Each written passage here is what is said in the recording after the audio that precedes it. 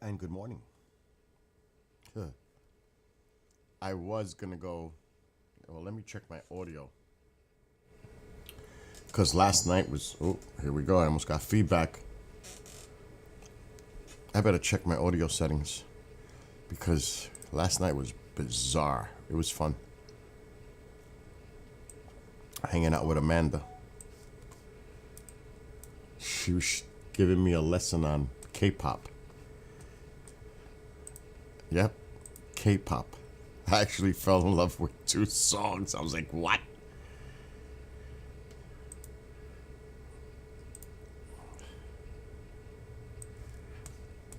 They're on my phone.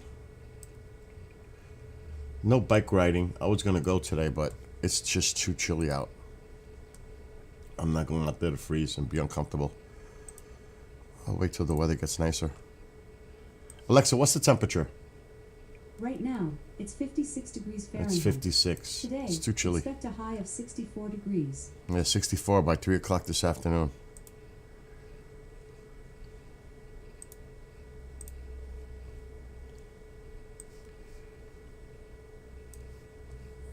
I can wait.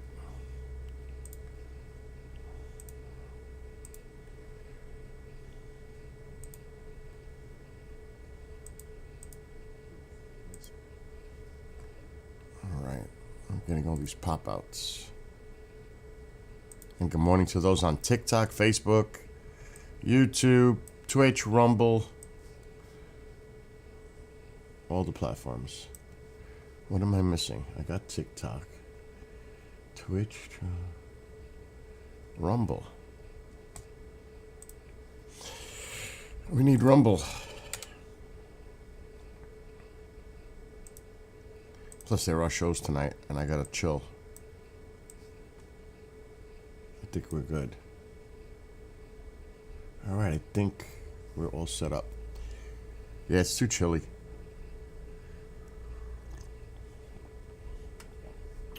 Then I gotta bundle up, and it's. I gotta see what's going on with this weather before I start gaming.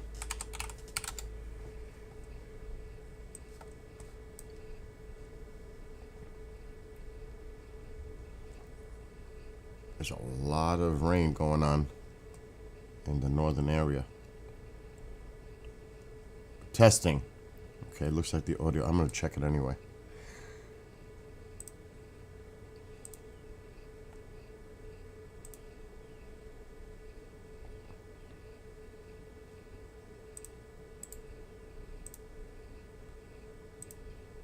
It's at 100.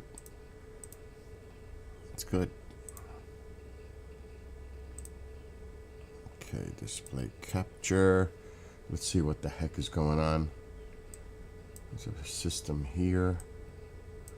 Moisture coming up in the Gulf here. Stormy. Let's look at the radar. It's not showing down here, nothing. It's up here.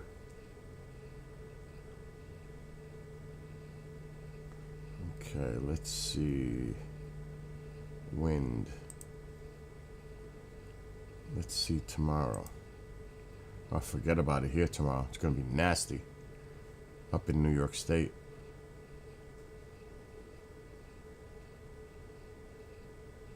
There's a high pressure developing over here. That's good for them. Wow, it's going to be nasty here.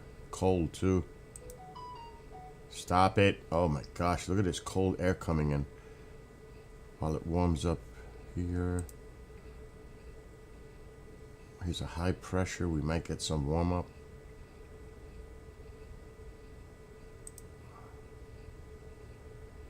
Yep. Here's the high.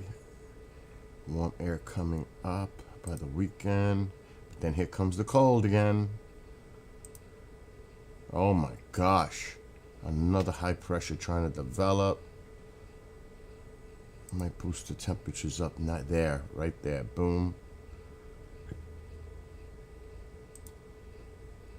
And then more cold air. What a crazy roller coaster.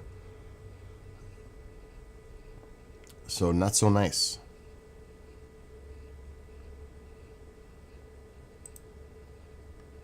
Not too nice.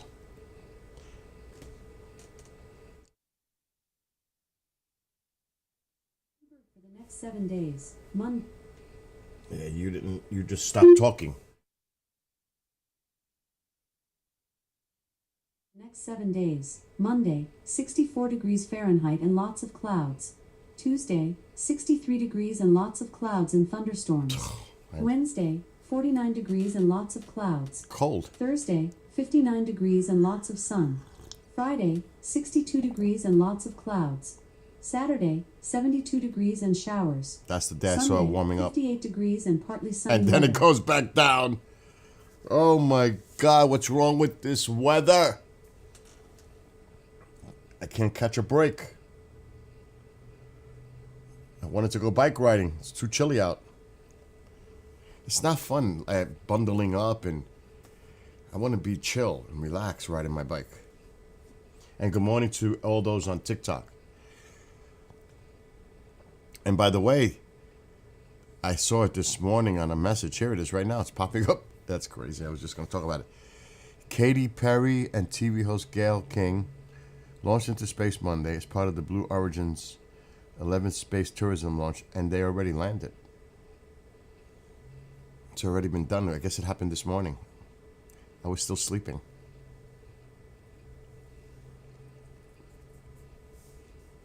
So I guess it was the Blue Origin. Yeah.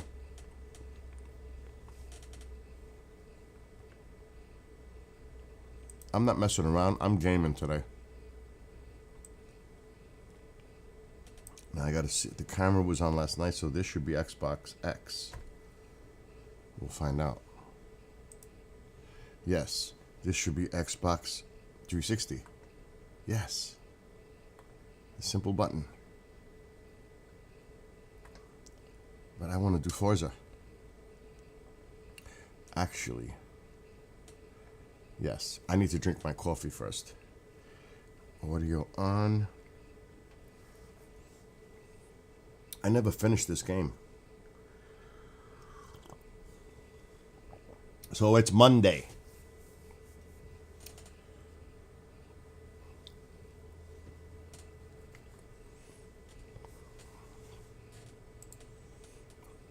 For those, the holiday, Easter's coming up.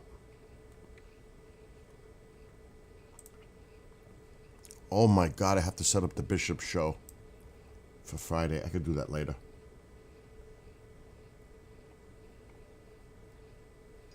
I gotta check my phone. What is he talking about?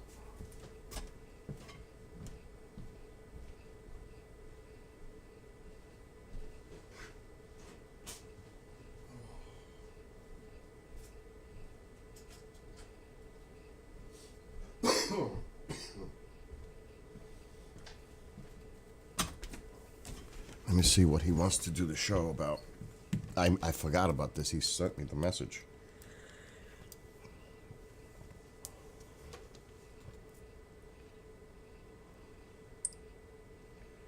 I can't believe I got into K-pop last night. Who would have thought that? Rain possible in the next few hours. I'm glad I'm not going bike riding.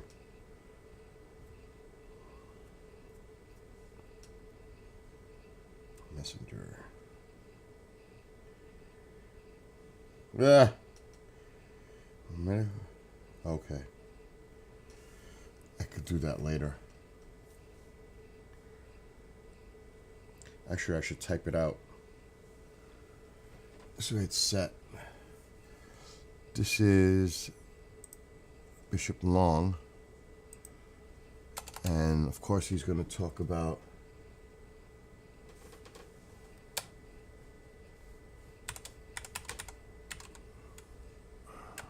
Easter related.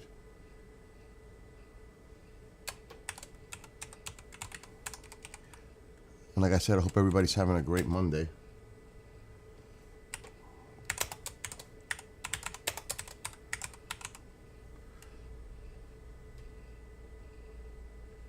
Okay, he didn't put it like that.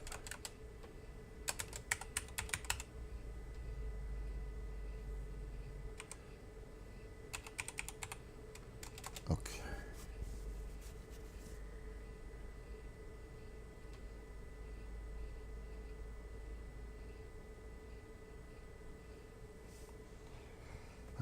this anymore. Medical explanation of Jesus. And I gotta write a description. I make one up.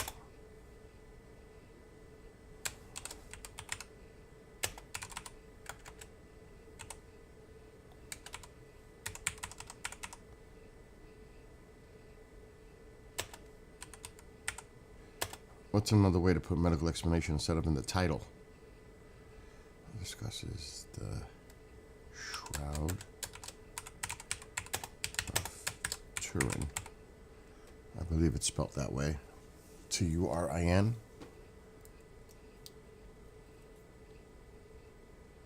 Yes.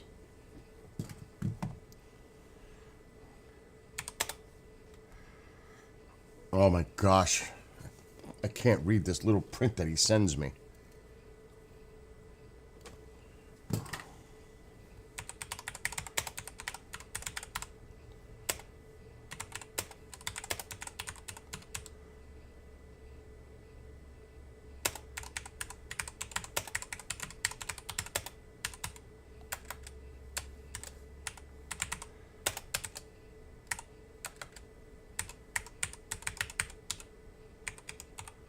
Okay, that's done at least.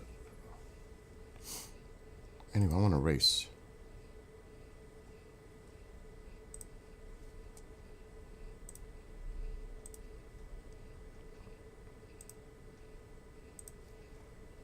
I can get rid of this. I gotta save this file. And now I'm good to go. All right, now I'm good to go. Anyway, what's up, Pete Peterson?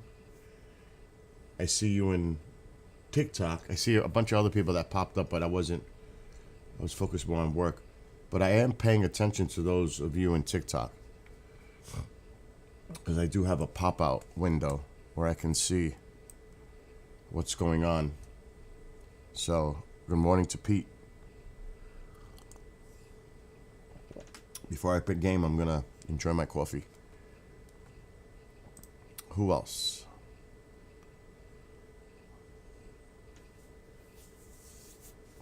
Amanda and I had fun last night. I still can't get over that I was listening to K-pop.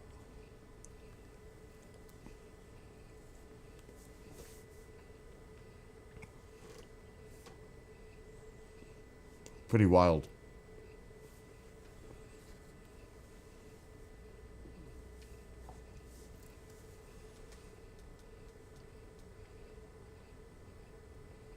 I guess that's like a really big thing, because now it's too chilly out to ride, Mike. I don't feel like bundling up. Plus, I didn't feel good a couple days ago. Like if I was coming down with something, the last thing I need to do is go out there in the cold and get sick riding for 2 hours. I was thinking about it. That's why I'm up. I was really thinking about going riding, and then I said 54 degrees, rain could be coming on the way. At least that's what they're saying on the phone. Could rain.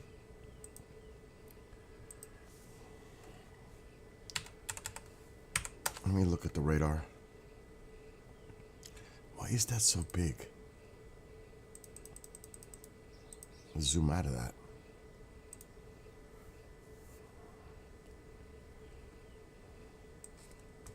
It's 54 now. Brief showers with breaks later on this afternoon.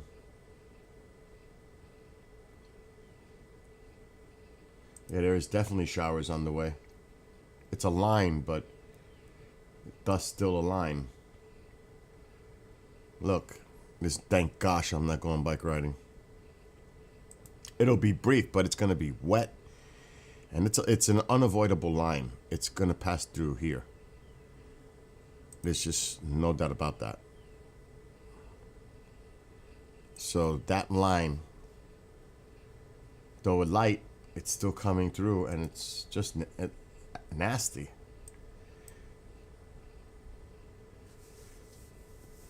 Now, the radar is not probably indicating it properly, but I don't feel like getting wet. And it's definitely coming through here. I'm going to let the radar fill. The radar looks like it's having problems. Probably cut the budget of that too.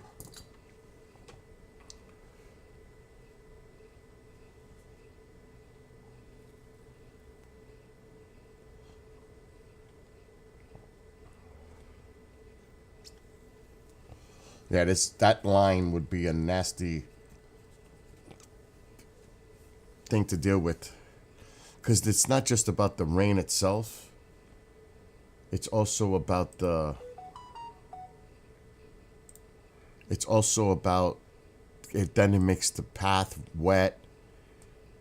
Hello, D. It's just annoying. And nephew. I can see all of you on TikTok, by the way. Let me check Radar Omega. Let's see what it says on that radar. I was so close to going bike riding.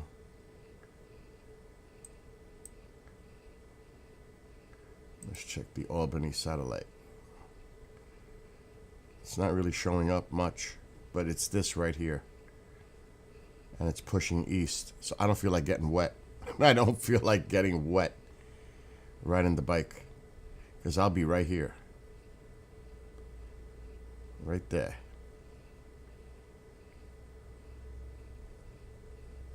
And it's definitely heading that way. So heck no.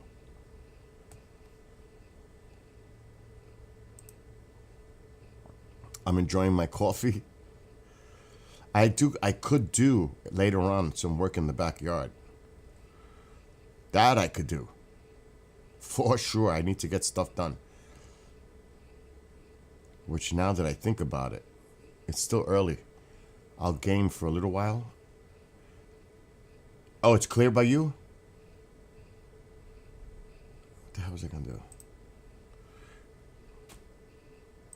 Oh my God. I got a new flag. I gotta hang it up. And I got all these branches I gotta cut. I wish I had help. Even if I had to pay someone, you know what I mean? Just, my God. Or help. Or both. I have no help. And I know, Mike, you would help, but you're 3 hours away.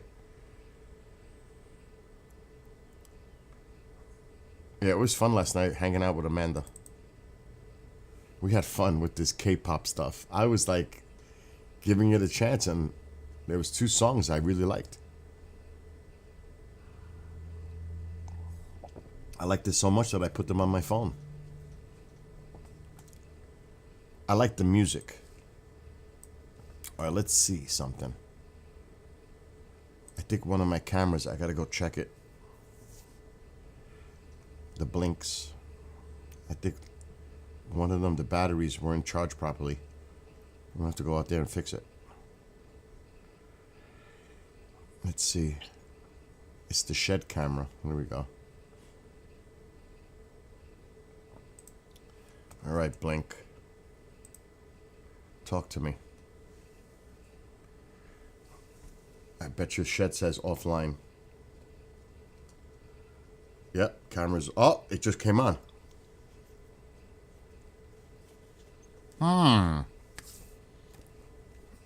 Maybe it was a glitch in the matrix.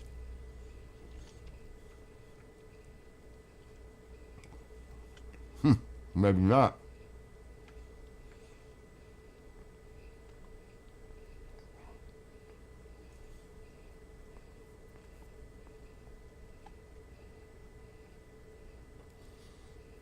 I disarm it in the morning. Yeah, she was wild about that K-pop stuff last night, right? Oh, it's working. Camera's working. That's another thing. I'm going to have to take care of my yard, the side yard. The magnolias are starting to come out.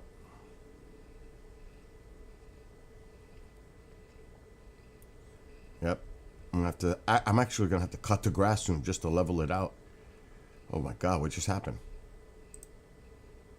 This is a very glitchy, yep. This is a very glitchy program. Live view fail. Look at this. It's going crazy. This BlueStack. On the phone, it's not a problem. On here, it is. Desktop version. I'm going to close it and reopen it. It's a pain. But you can play all your games. You can do anything you want. All your apps that you have on your phone, you could use it with this. What's up, Genghis? Now it doesn't want to open. Look at this. Oh, there it is. It's over here. Let's try this again. What's up, Missy? On TikTok. Good morning, Genghis.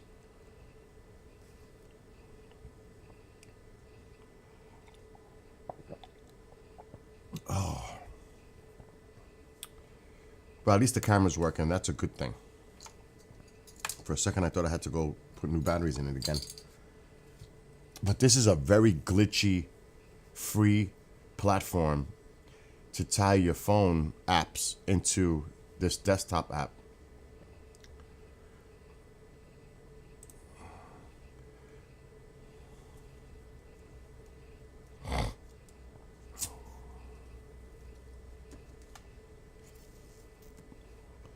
All right, let me look at the work area.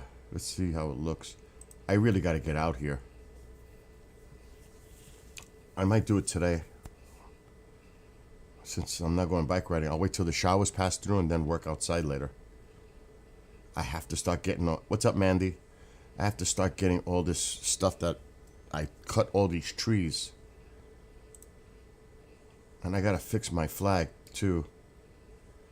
I bought a new one. Look at all this mess I have to clean up. Look at all those trees I cut. All that. Look at all this mess.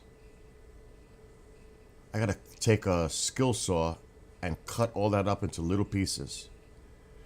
Look at this. This is a big area. And then I gotta bring it into the back of the woods and pile it. And my flag tore, but that's an old flag, so I've got to go out there and put a new flag up, which I have. They get weathered, they tear. And then I gotta, not now, in two weeks, I'll take this netting off and the pool cover and start getting this ready.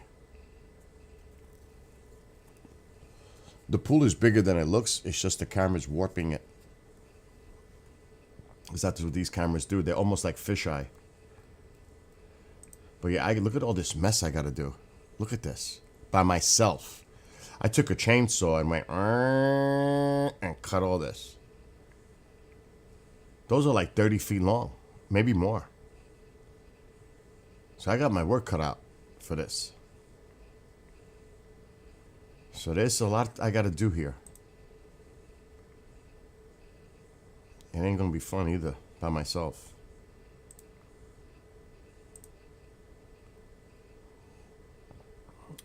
And then I got to do some cleanup in the backyard. Oh my gosh. If it turns out nice later, I'm going outside. I'm going to start doing stuff out in the backyard. And I've got the sand for the sand filter new. I could put it in. That's heavy. I got it. It's in the house. So now it's about getting ready for spring. But it's still cold out. It's freaking crazy. You've got a brush pit? No, I do not.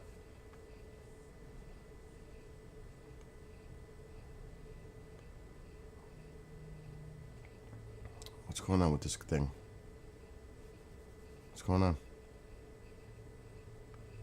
It's funny. It even look at this. Look at how glitchy this is. It's a pain.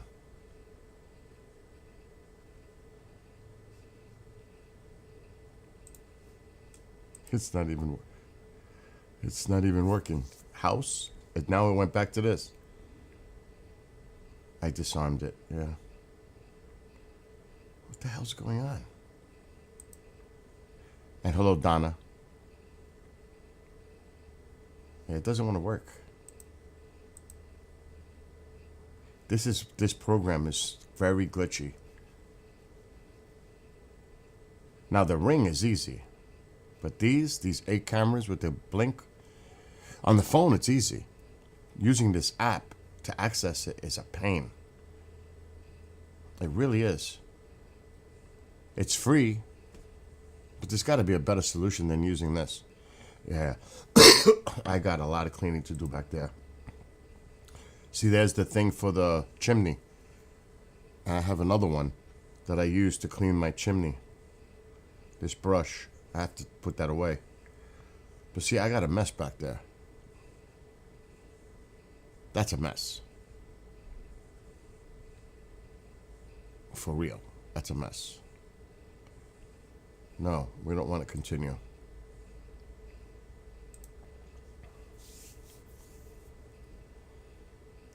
Even on the driveway, I've got things to do. I've got work to do outside.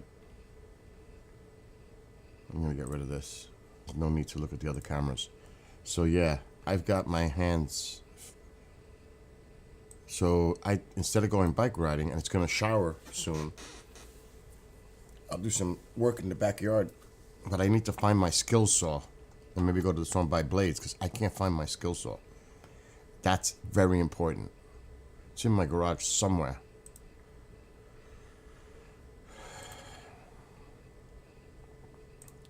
Let me see. Ring. Oh my God.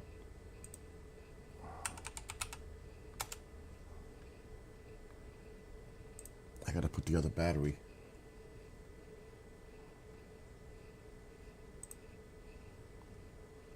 I mean, I don't feel like doing this by hand with a handsaw. There's just no way I'm doing this with a handsaw.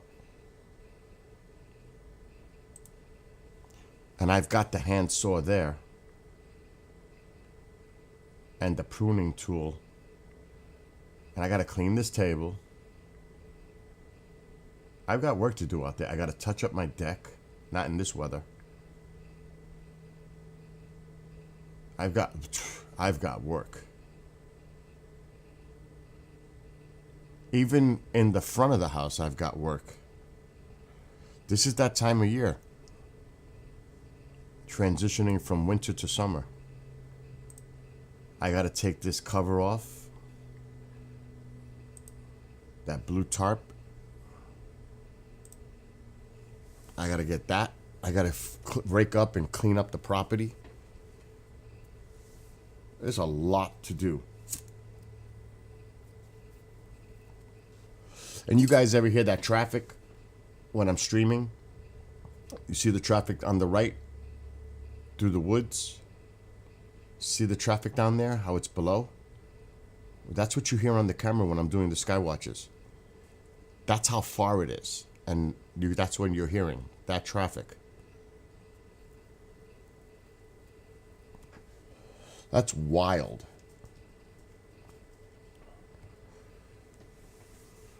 So it's a day.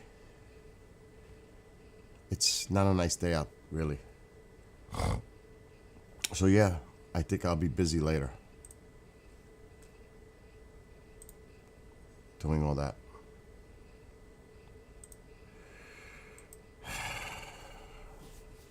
Like I said, it's not like I have a neighbor to help me. I'm on my own. I got to do all this by me, myself, and I. Just like when I built that gazebo a few weeks ago. You know how hard it is to build that gazebo by yourself? It's not easy.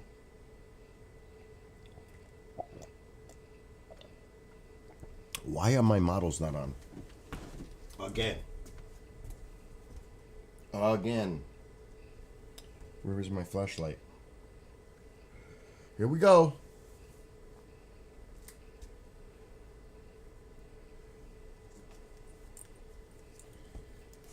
That should not be. What did I do? Okay, this is wrong. Oh, right here. There it is.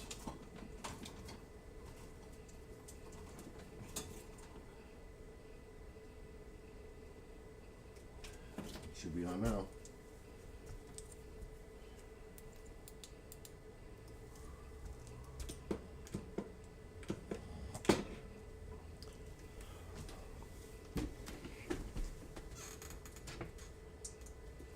That's better. This is annoying.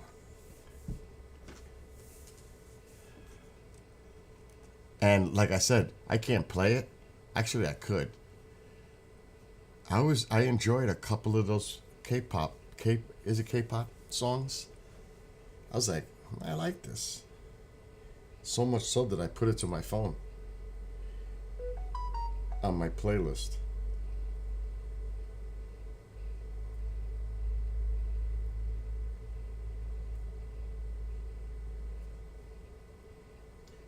Let me see one of them.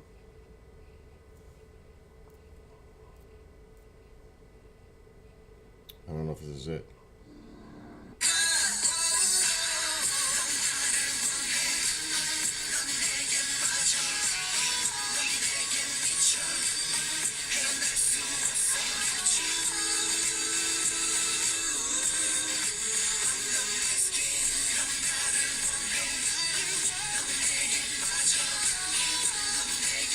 I actually like it. I'm not gonna lie. See, that's why I gotta give certain music a chance, because I just might like it. And some of that K-pop stuff I was actually enjoying last night with Amanda. Isn't that crazy? Me? K-pop? Come on. No. Yes. And you could tell they put a lot of pressure on them. You could see, I can't imagine what they go through, the artists.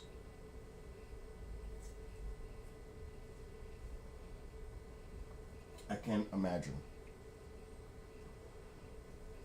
what they go through. The training, the dancing, all that. Because it's all staged. But they're impressive. When I see the videos, they are impressive. They perform. And you can see how crazy they go for them. The fans for that K-pop stuff. Now, with that being said, I still wouldn't trade growing up and enjoying my concerts and all that. Never would I trade it for that. Don't get me wrong. I'm sure the girls go wild for this. For these K-pop bands. That's it. That has to be the main. I'm sure there's some guys that get into it too, but I could see how this demographically can make all the young girls go nuts. Especially in South Korea or in the Asian community. Japan, wherever. They must go wild for this K-pop stuff. Because it almost looks like they're anime characters. And they really do perform, and they do sing well, and they do dance well. I mean, it's well done. It's well organized.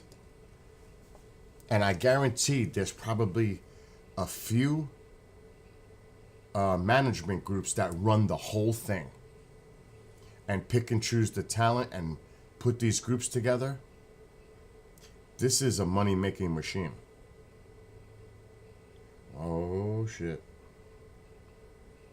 I gotta do this right away. This is not a joke. Oh, it's starting. But good morning to those on TikTok, YouTube, Facebook, Twitch, Rumble, Trovo, all the platforms. But work just came in, and I work 7 days a week. It's not like I don't do anything. I'm constantly busy.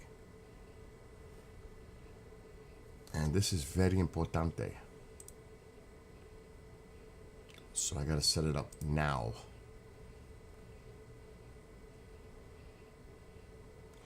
Mindy Toutfest title.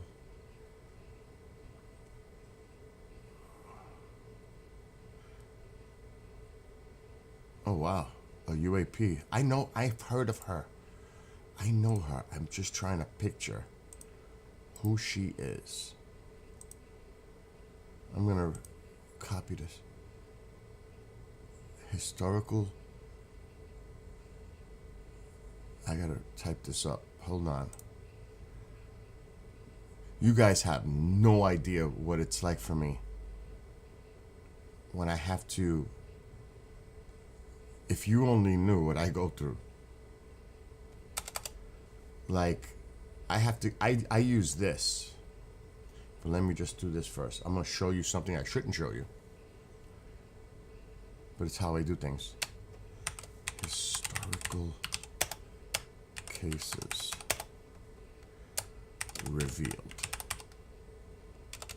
And now I can copy the rest of this.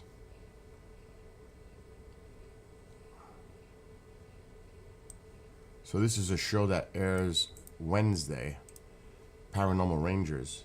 They're two Native Americans who are actual rangers. They're well known in the UAP paranormal field. Okay, there's no period. All right, wait. The tradition. See, I have to skim to make sure all the stuff is right.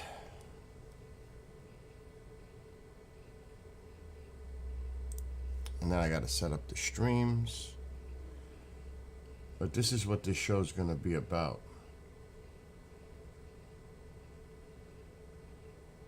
It's a long description. So I use regular WordPad, not Word, because I could, but I use a WordPad. And I better say, I could save that now. Let me save this file. And this rotates all the time. I have to take out, like if a show airs, I would erase what's there. And then I put the current information in. So like this is show descriptions for shows coming up. All this. These haven't aired yet. All that. And I put it in here, and then when it airs and I archive it, I take it out and just keep going. This thing is incredible how much content I got to stay on top of. It is insane how much. That's why I'm always working on so many different things. It's a lot. So now it's actually setting up the stream. So I'm going to do that now. And this will air on Wednesday, this particular one. But I must make sure I'm in the right account, because we have multiple accounts.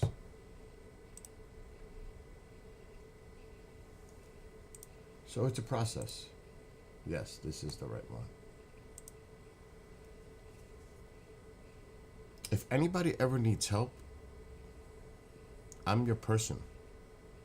Like if you want to become a streamer, podcaster, you need advice? Oh, I gave somebody advice yesterday. And I don't charge. Doesn't make no sense. Okay. 1, 2, 3. Okay, the title. Let me go back down now.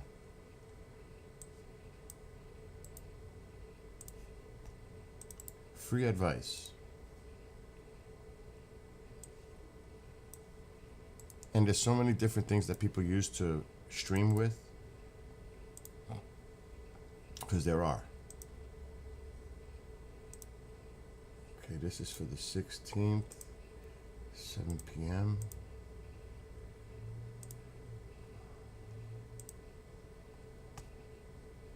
I gotta put a show banner. Where are you? Where are you? Where's the Paranormal Rangers? Right here. We put Jonathan at the head this time. Let me make sure everything is right. I'm creating in just one area, because there's another area I gotta do it. But this is the main area. And then I gotta go in, load pictures, and then send them the link.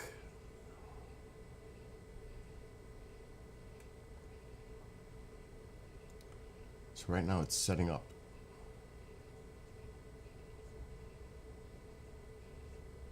For KGRA's Facebook, YouTube, and X accounts. Then Rumble will be done on the same day. So it's done. Now I'm going into the studio.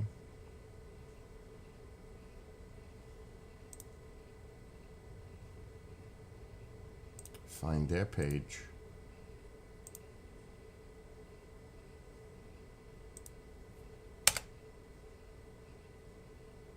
And they're so cool. All three of them, they're awesome people to me. So I can't show you what's on the screen because that's station proprietary information. Oh my God. I'll let her add the media. Invite. I could set the rest up later. And good morning to Robert and Alan. Good morning to all those on TikTok. I run a station, so right now something came in, so I gotta like jump on it. Otherwise, I'd be in trouble. Reply. Alright, what's the other paranormal? Oh my God, what's their email? Stanley.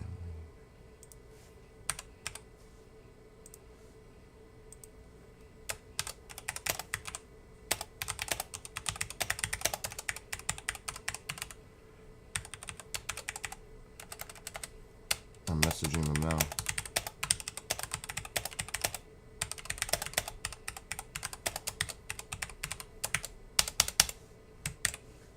And the link is being sent. Engage. I'm waiting for the email to confirm that it was sent, and there it goes. Now I'm good. For now. Anyway.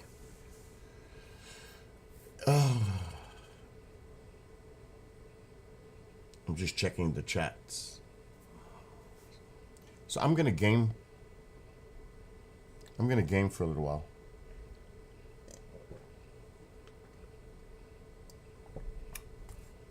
Now that I got some work done. But before I do that, we're gonna get off Facebook and we're gonna get off of YouTube because I want to play music while I game. Because I like to play music while I'm racing. So for anyone that's watching, Jesus. Oh!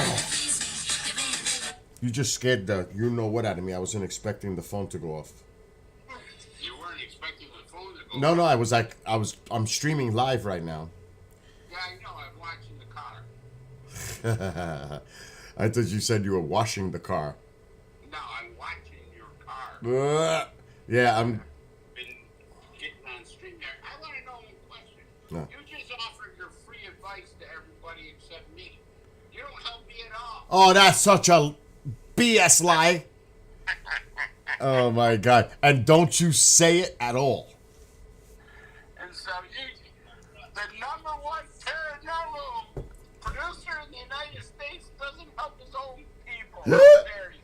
Oh my God! Don't say that.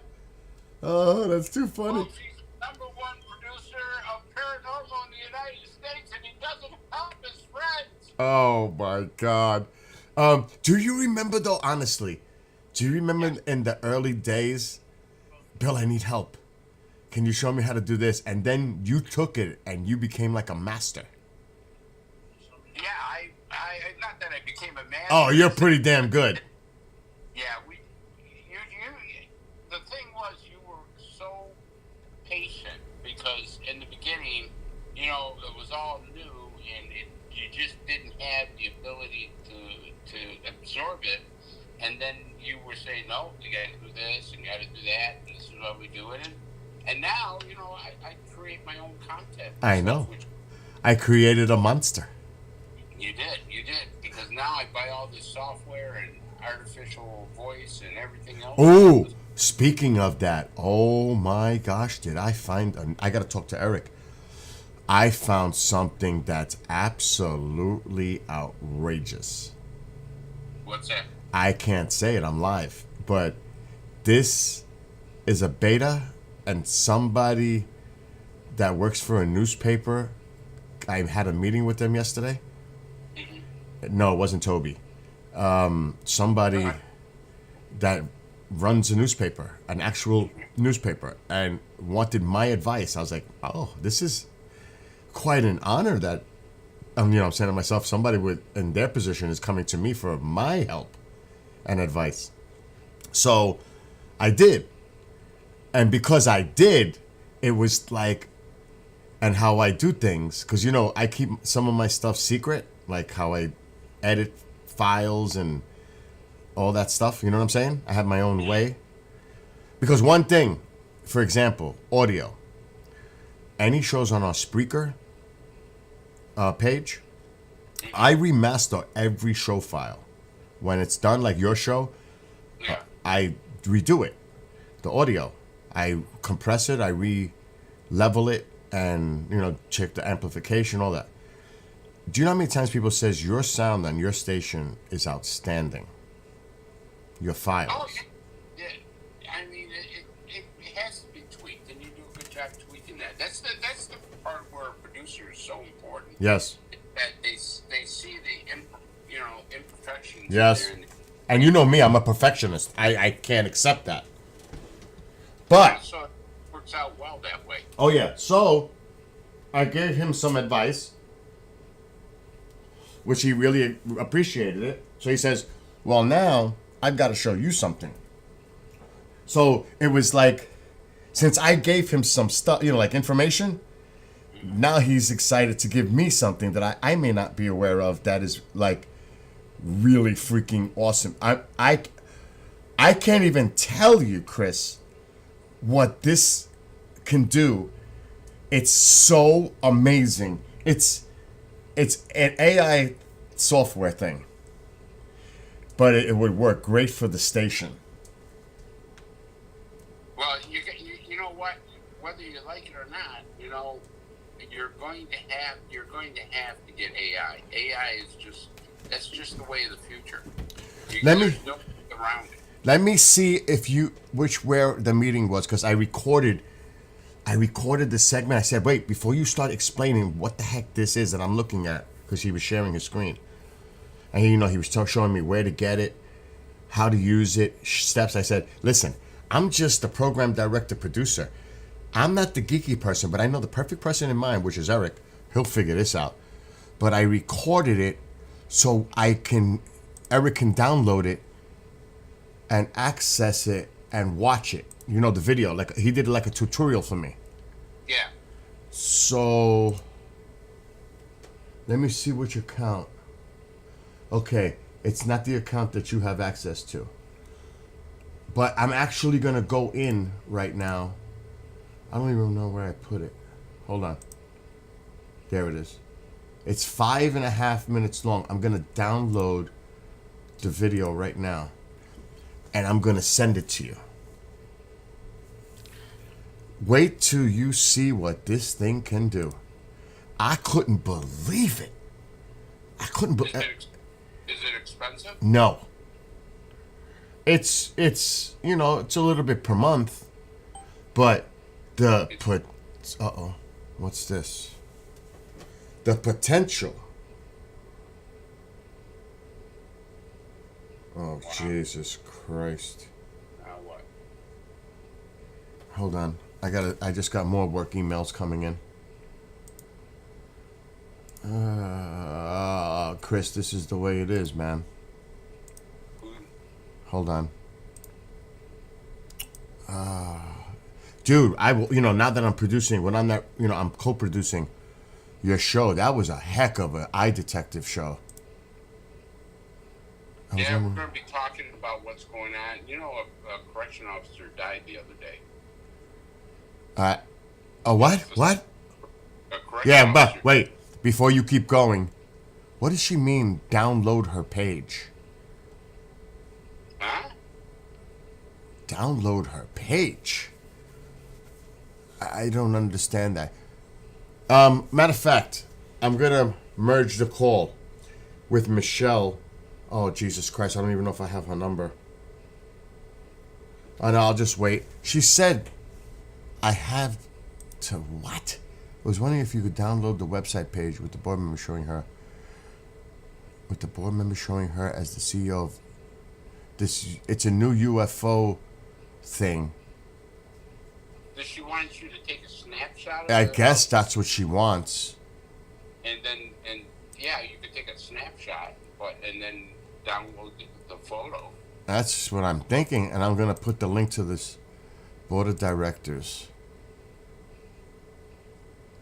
Meet the board of directors. And what does she want me to do now? I was wondering if you could download the website with the board members showing her as CEO. Yeah, I can do that. I would have to minimize the page. Yeah, I understand it now. Meet the board of directors. All right, I'm gonna take a. Oh, she's on that panel.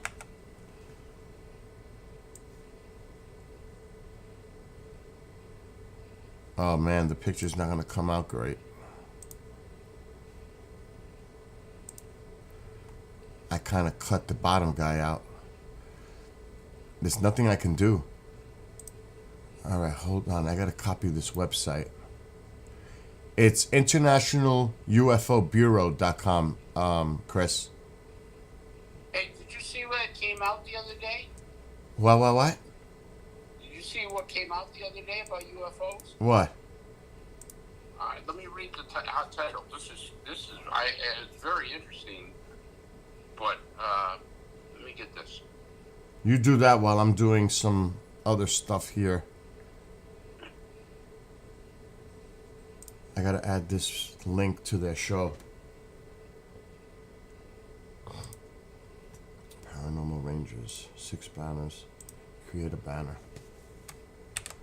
Okay, I got that. She sent me another follow-up email. Yeah, she's on this. We have to get her on the show as a standalone. Michelle Miners, that she couldn't make it with the Paranormal Rangers. No, I don't know anything about her. No, she was the third one.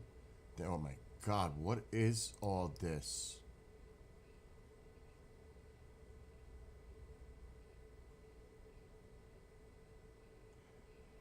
I could show this on the screen when they're doing their show, but I have no idea what she wants me to do. Copy. I'm gonna add this as a link. Here's the thing in New York Post: declassified Cold War era CIA files detail Soviet class. Oh, that's the Siberian one. Yeah, I know. Toby and I covered that. That came from a magazine article. Supposedly the United States got access to a 250-page document that was, Russian, of a incident where the soldiers were turned to stone. Is it that one? Yeah. Yep. I'm aware of that, but You think it's legit? the original article came from the Daily Mail or something that was talking about this. And John Greenwald is definitely not sure about the credibility of this. So there's questions about the authenticity, but I would like to see the 250-page document itself that they supposedly have. It was just snippets of information, like a summarization of what was in the document that was in the magazine. So it's like a mess to even begin with. You know what I mean? Yeah. It's a mess. So, let me just reply to her. Michelle, I forgot to add your phone number. Please email it here for me. LOL. I need her phone number. Now, what is she majoring? Paranormal? Well, she's a partner with the Paranormal Rangers She's the third person involved with them. So it's Stan, John, and her. She couldn't make the show because she was traveling to San Francisco or coming from San Francisco. She was part of that conference over there. I think it was UFO Con. So, okay, I can get rid of this screen now. I did take the snapshot. I think I did of the bottom of director's image, but I want to talk to her because I don't like to. Yeah, you don't know if that's exactly what she meant. Right. It sounds like that's what it was. So, yeah, I don't know what to take, but Chris, today, like Toby and I did a recording yesterday. Yeah. Out of a guy, Pavel and another guy who's doing a lot of research on this Nazca mummies thing, and I know a lot of people think it's bullshit. I'm gonna tell you something right now. If some of these artifacts are real, because the Peruvian government, this is going to be a breaking news kind of a show today. They just released in the information there was lawsuits involved, so they handed over their documents and their scientific analysis of these mummies, these Nazca mummies. And there is one, Chris, that there's a hand. So it's just a hand, a skeletal hand. The fingers, there's 3 of them, and they're about a foot long each finger. It is the most bizarre, scary, creepy looking thing I've ever seen. Now, if that is real, right? Let's just assume that means the being that it belonged to, because there was no skeletal remains of that found, just the hand. And if it's real, that means that the being would have had to have been 15 to 20 feet tall. I said during the show, well, if the fingers are that long, look at your fingers. How long are your fingers to proportionate to your body? If that thing has those kind of fingers, long fingers like that, then how tall is the person or the whatever it is? 15, 20 feet. Goes, actually, Bill, you're close, right in the middle, 18. I'm like 18 foot tall. What the heck is that?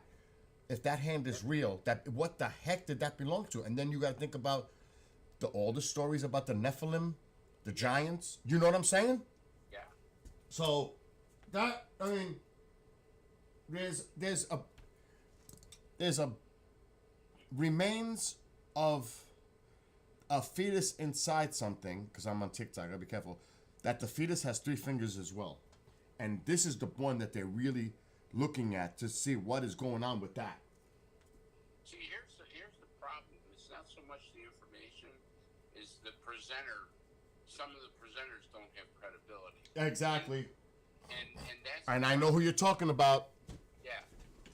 And what are you gonna do when when this person's caught in something that's fabricated? Oh. Then you find something that's true. People are gonna have their doubts, gonna raise doubts because let's face it. I mean, you just can't do that. You can't come with something No. fabricated. It's like a boy who cried wolf. You did it too many times, nobody's gonna believe you. Right. And so that's the biggest problem. He could be sitting on the biggest story of the year and nobody will pay attention to it because nobody believes him. Right. Now, allegedly, there's movement. Why is this so low? Why is my... Oh, I went into StreamYard, my audio. Every time I go into StreamYard to do work, it messes up my audio. Every time. I don't know what it does. Yeah, there's some things in StreamYard that they put in that just doesn't make sense. Look at it's really this. hard to work with in some things. No, but I just fixed it. It messes my audio system up. And when I go, it's bizarre. StreamYard is bizarre. Anyway, I just fixed it. But we're going to be talking about these Nazca mummies tonight on the show. But there's more information to come out. And there's other information that I got to talk to you offline about. I'm just going to mute really fast and tell you. Hold on.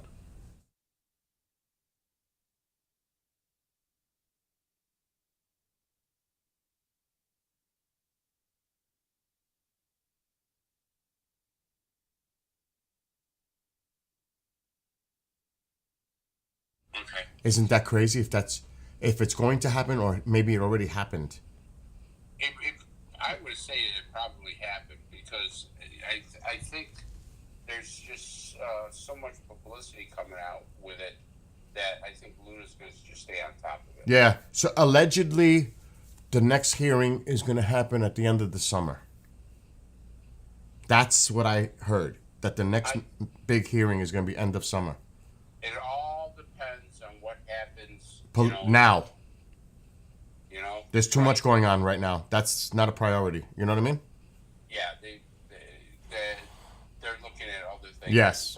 Yes. Right now. Yes. But doesn't mean that eventually it's not going to come out. It probably will.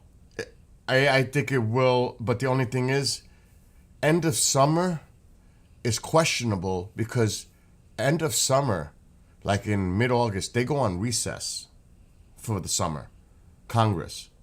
So I don't know necessarily if it'll be end of summer or maybe sometime before they leave for recess.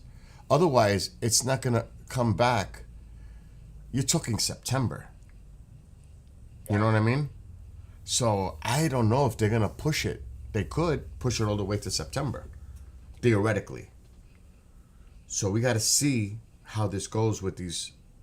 You got to just pay attention to some of the players, like Burchett, Luna. I forget the other person that Salas met with behind Mapes. Is it Mapes? Another congressional person. She met with Salas behind the scenes, behind closed doors. So there's stuff going on, but it's slow. You know what I mean? It's not. But then again, that doesn't mean that they're already getting all their pieces put together. Like who's going to be part of the hearing? Is it going to be like some of the individuals that were on that documentary, Age of Disclosure? Yeah. You know what I mean? So they might be putting all the players in place and making sure they got everything organized before they bring all these people out in a hearing, which would make sense. Prepare. It does. It does make sense. You know, I mean, I don't think Lou Alessandro's going to do another one because he was in the last one. So maybe he'll play a role in the background, helping organize all this together with Chris Mellon. You know what I mean? Like helping put this all together for Congress. It makes sense to me if that's what's going on. You know? And you know what, Bill? I think you're on the right track. That does make sense. But We got to see. We got to see. yeah, only time tells. And the problem is that I think some of these guys had good intentions, but they kind of screwed things up where they were like, just kind of doing their own thing, and it didn't really work out as well as it should have. I'll say this, and I've been saying it. I give them a lot of credit for trying. Oh God, yeah. You know, and for people coming forward to discuss stuff at their own personal risk to themselves, to their families, etc. And that is a major sacrifice to do that because you know you're going to be targeted by so many different sources, whether it's the media or individuals or, more than that, people within alphabets and, where I'm going. So the thing that is just annoying me to death, because this has been going on now. Actually, if you go back to Greer, 2001, when he was in Washington, D.C. with his disclosure thing, with all those people coming forward, this is not new. You've had people trying to come forward for a long time. But now, because of everything, it's been in the spotlight since 2017. Now there seems to be more attention to it because it could have national security implications. But then you have to think about, they're not going to say, that's why they made UAP, because they didn't want to call it a UFO. Because a UAP, they could say it's an adversary threat. It's not alien. You know what I mean? So they didn't want to use that same acronym, UFO. That makes it sound like it's aliens we're dealing with. So they went with this whole UAP thing to give it more of a safer, I guess, label that they'd be comfortable using in government.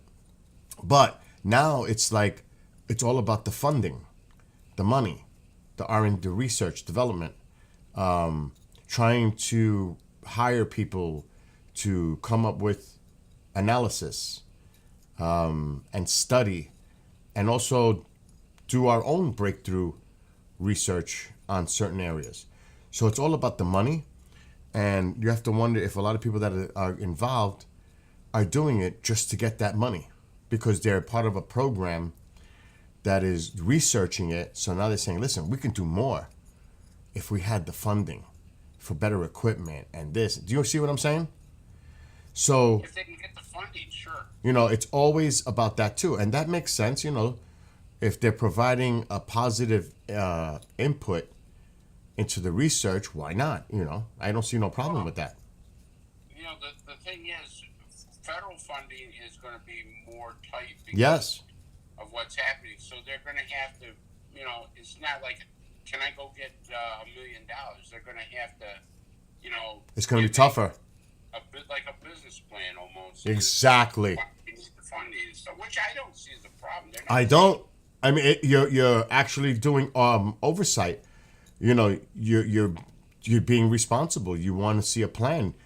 How many things go over budget on almost everything? You know what I mean? So if you're gonna do this, I want to see a well detailed, laid out plan of what you're talking about here before we even give you a penny. So that makes sense. But the thing is, a lot of people out there are judging people because of their involvement, and what is their motive behind it? Is there a personal motive, a monetary, but so what? So what if they're involved and they're working with a group to work on an area of research and development? What? That's a problem? They're trying to help in an area that nobody's doing it. And look at Elon Musk, for example. And look what he's done as a private corporation, aerospace company. And the government contracts him to pay for what he does. It's the same thing. You're contracted out to do the work. I don't see no problem with that. As long as it's legit and, that the money's going to go to good use. It's not going to be wasted on some foolish thing where it goes up in somebody's pocket instead of where it should be going, into the project. But I don't see a problem with that. But the problem is this, ultimately. It is the problem. I don't care if you put 300 whistleblowers in a hearing. I have to see evidence. I am tired of the talk. I'm tired of, I seen this in 19 blah, blah, blah, blah. I was located in such and such base. I was underground in a facility where they brought in disc-shaped craft, and there was boxes next to it. And when they opened the boxes, there was this inside. I don't want to hear about it no more. People are getting old of that. Exactly. I need evidence. Stop talking about it unless you have something to bring to the table. That's it. I'm done. Until I'm not impressed. Until they bring in a document that says this happened and everything ties up to what they're talking about. What the heck is the sense of talking about it if, what, you think that's going to put pressure on the government to come forward because you have all these people sitting there talking about it? Oh, that's going to put pressure. They're going to have to do disclosure. Bullshit. They're not. No. They're not. They're not. So that's a pipe dream. We need something to tie to the story. That would be like, Mr. DePerno, we'd like you to testify in Congress about your experience as a retired police officer, and I'm making this up, when you witnessed a craft on the Taconic Parkway, you made a report. Can you come and testify about this? Now, if you go into that and you know, as a retired police officer, you're coming out and you're going to sit on that hearing and you're going to tell your story. But if there ain't nothing to back up your story, it's just a story. That's it. And then people are going to come after you and say, you're full of it. You're trying to put out disinformation out there. Where's the proof? They're going to come to you. They're going to come to you and attack you. I would never, ever, ever do a hearing risking, if it's so important to them that they're worried about their livelihoods, their families, the threats, and all that. Well, guess what? You eliminate a lot of that BS if you make the hearing worth you risking all that at the hearing with evidence. Bottom line. That's stupid to go out there and talk without a piece of shred of evidence to back up what you're saying. It's just stupid. What do you They think? do it all the time. Mm-hmm. That's the problem. They do it and they get away with it. And it's like, all right, show me the evidence. If you show me the evidence, even if you can show me part of the evidence or something that says, yeah, wait, we need to look at this. Yes. And the evidence, you know what the evidence does? It opens up Pandora's box that if there's this, what else is there? At least people start asking those questions. Well, if this document, there must be more information. They don't want to do that. They don't want to open up Pandora's box by even releasing one document, because then people are going to say, well, we finally got a document. Where's all the other ones? With regarding this. Okay. What else do they have? You know, it's going to open up a crazy, it's a rabbit hole. It is a rabbit hole. You know, there's people in the government that want to keep the secrets. Look what they're doing with Epstein's file. Look what they're doing with the JFK file. The UFO file is no different. There's people who say, we're not letting this out. No. You got to hold it close to the chest. Even Ginga says, yeah, physical proof. We need proof, Chris. Now, like I said, if this Nazca, and I know there's a lot of people that are weary of this. I am one of them. But like I said, I saw something yesterday, and it's on the show tonight that Toby and I did, and it airs at 6. Matter of fact, hold on, I've got the video. Are you watching? Yeah, no, I'm not watching, but I am. I'll turn it right on. I got it on. Hold on, I gotta find the video for today, because we always pre-record on Sundays. Hold on, I'm gonna show you this because I'm not gonna play the show, but I'm gonna find the part where I'm referring to. They were laughing at me because I kept freaking out about the hand. Hold on. I'm watching you now. All right, I'm going to mute. I'm going to mute us because you're going to see it in a delay. Okay. So hold on, I'm going to put the volume. Oh, I got music. I got something going on. Hold on. Anyone we see this, Where is that? The game? Probably. I mean, this is not nothing new. This shouldn't be about attack the messenger. This is about what's really important here, which all of you are emphasizing, is actually these bodies. Or if it was UAPs, it's the evidence. It's the science. That's what it comes down to. Don't attack the messenger. Stop fighting with each other. This is not about ego, like Toby said. Leave it at the door. This is about getting the truth out to the public, to the people. That's all that should matter here. And like you said, it's also a heritage. It's a culture thing. Hold on. This Let me information, the public needs to be made aware of this because I do have to report something that I think it's important to Hold note on. about this because, Hold on a second. Okay. as Gonzalo well knows, there I'm going to try to find the image of this thing. Hold on, Chris. Chris, because you're still there? Oh, no, you... Okay, hold on. It is creepy. Okay, here it is. Okay. Check this out on the screen. I'm going to share it now. Hold on. That. There's going to be a delay. The 3-fingered hands. Oh no, but you're frozen on the screen. I mean, this is not. Okay, hold on. Yeah, it was paused. Now check out this image I'm putting up. which all of you are emphasizing. Yeah, I'm watching it now. All right, I got it paused. UAPs, it's the evidence. Yeah, I'm watching it now. I got it paused. Okay, I'm watching. That's. Now, where do they find that, Bill? This was in Peru. Peru? Yeah. You see these 3-fingered hands? Yeah, who's presenting it? The Peruvian government is in possession of it, but they just released documents because they were in a lawsuit to be transparent, and information's coming out now allegedly, and I say allegedly, these have been tested and proven to be actually real. Now, I cannot verify that because, how do we know? We need scientists to get access to these hands.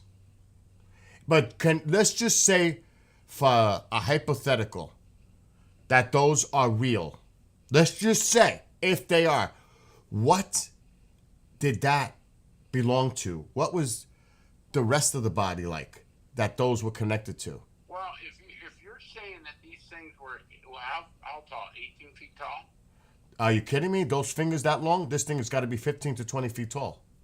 Okay, so if that's it, then you're looking at, like you said, possibly Nephilim. Yes. The Nephilim, the giants. 3 fingers. Now, again, I don't know if these are real. They say they've been tested and they are real, but I need more than that. I don't want to hear they say. But why I'm bringing this up, if those are real and tested to be real skeletal remains, I'd like to hear the scientific explanation of what the heck that belonged to. A humanoid? Like, what species does that belong to? Nothing I know of, Chris. That have fingers that long? Three digits?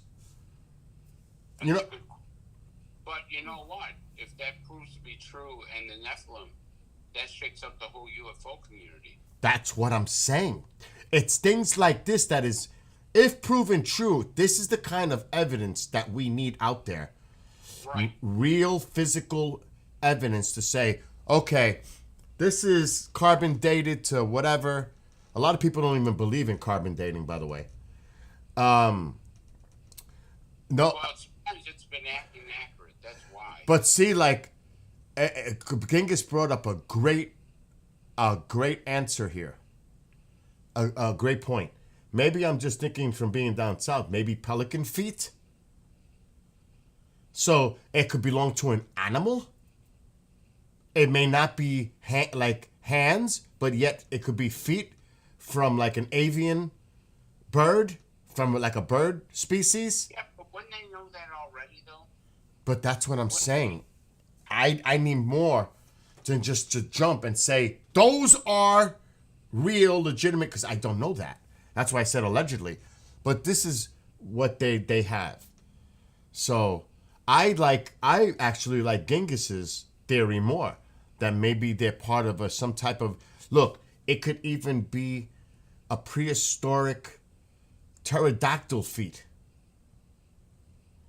Skeletal remains, like a pterodactyl? Yeah. And maybe it was a juvenile pterodactyl, or, you know what I mean? So we need more data. The point is, though, if this is proven to be otherwise, and like you said, genetically tested, and seeing what species this derives from, I would not be surprised if they give it an explanation like Genghis said, pelican feet, or like I said, pterodactyl, just to give it that label, but it could be something else and they will never tell us. They would never tell us. You know what I mean? No, they're not going to tell us. I mean, because you got to remember, too, what they put out could change the topic of everything that we've been taught. Exactly. Exactly. And that's one of the reasons why I don't think they're going to disclose stuff until they think that, Unless they have to. That the aliens decide to say, hey, it's time. Because I don't think they're going to do it voluntarily. Yep. I just don't. Oh, no way. You got to force their hand to come out with any information. This is not going to be something that they're going to voluntarily put out there to the public. There's no way. Unless they know something is coming and they want to get ahead of it. That would be the only scenario I see. Like, they know there's something that is not in their control and they have no way to prevent it. And so we got to get ahead of it before that happens. So we can say that we talked about it before it happened. Do you know what I mean? Oh, yeah. To get ahead of it. Yeah, and that's what they're trying to do. They're trying to send these specimens. There's a whole story with this, to the United States, a university, and there's stuff going on that I can't talk about. But there's supposedly American scientists are going to be looking at this stuff. But it's really quite. I need proof, Chris. But this ties into the whole UFO thing.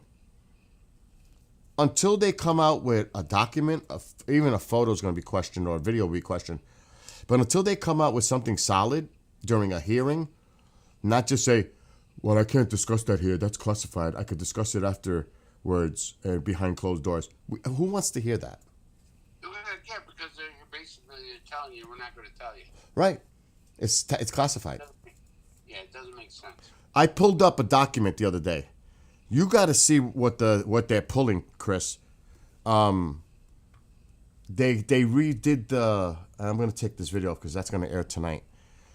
They redid the SAP guidelines in September last year. I'm going to put that up on the screen.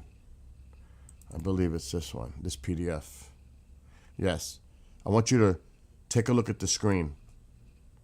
This was September of last year.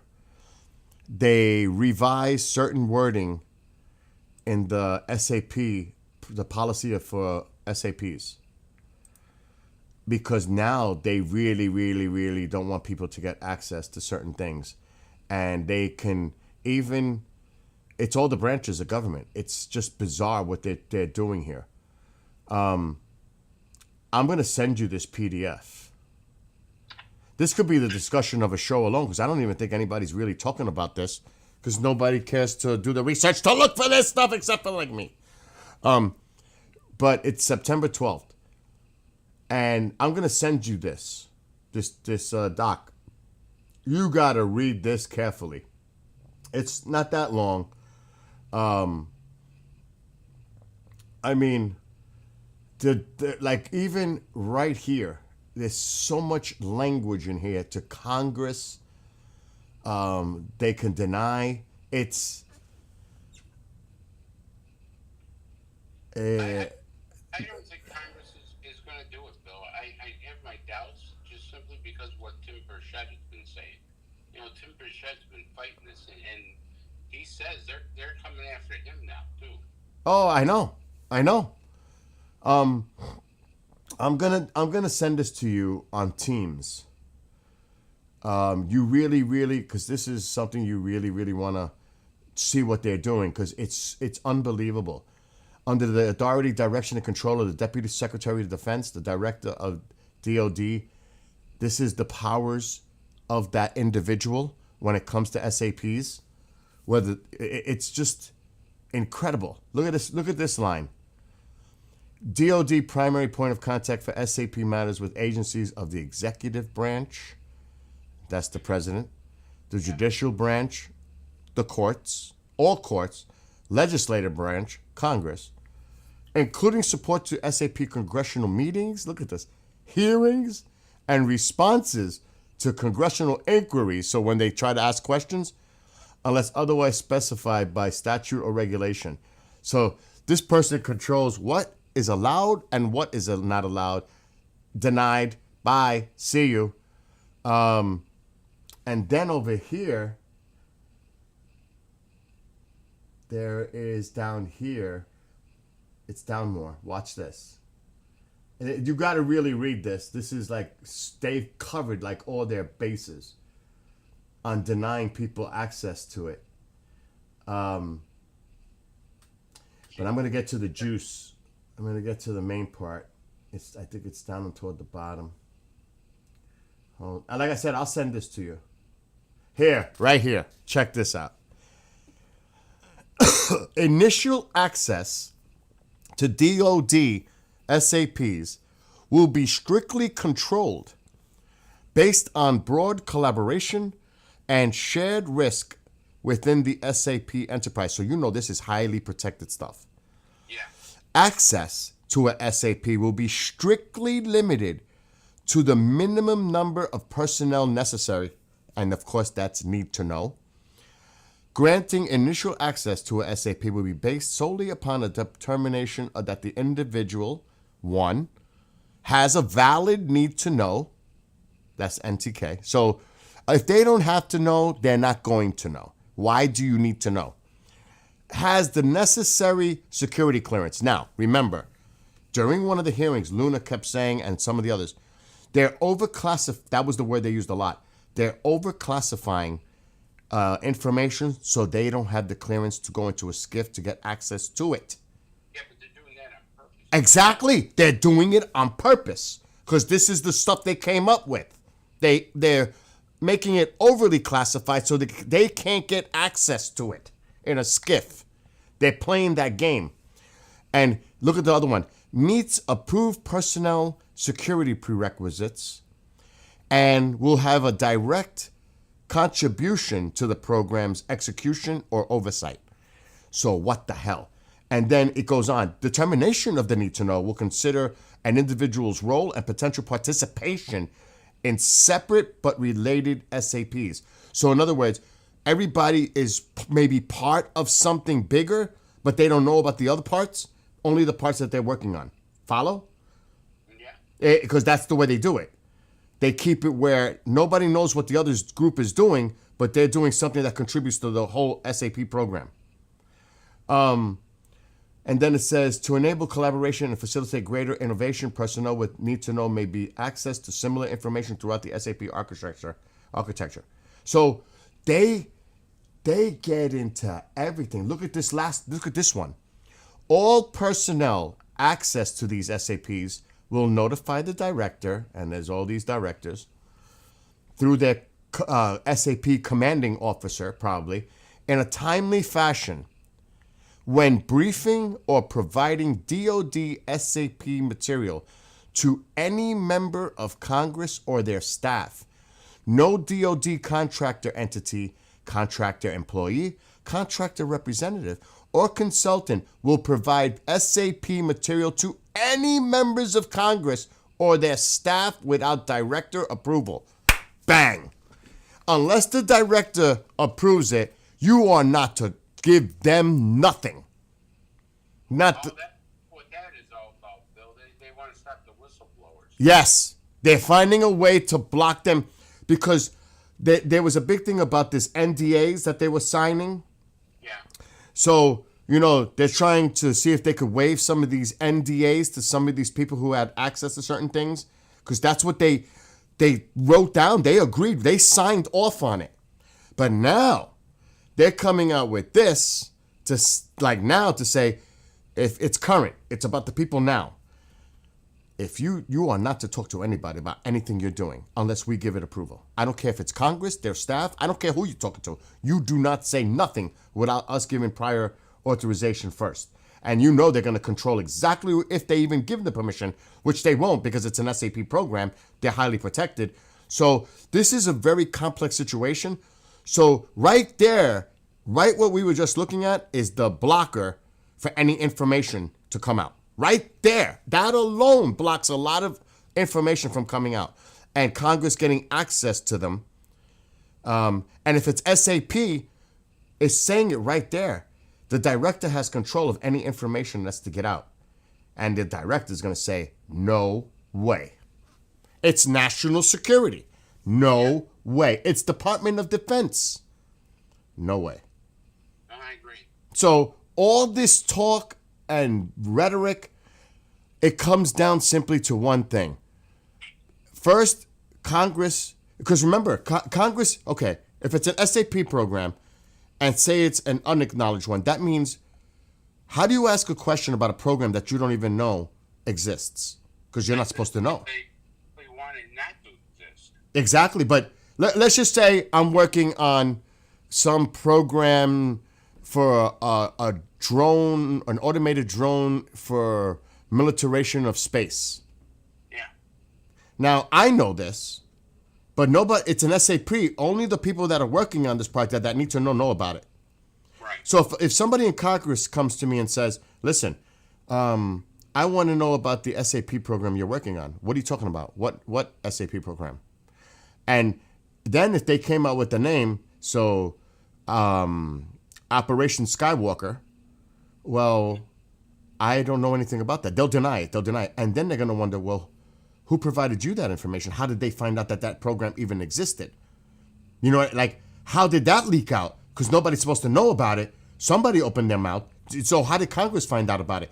Congress. You know, Congress has so many leaks. Government Yes, has- I know. But here's the thing: when you go in, you don't have the clearance to even access anything to do with that SAP because it's so highly classified.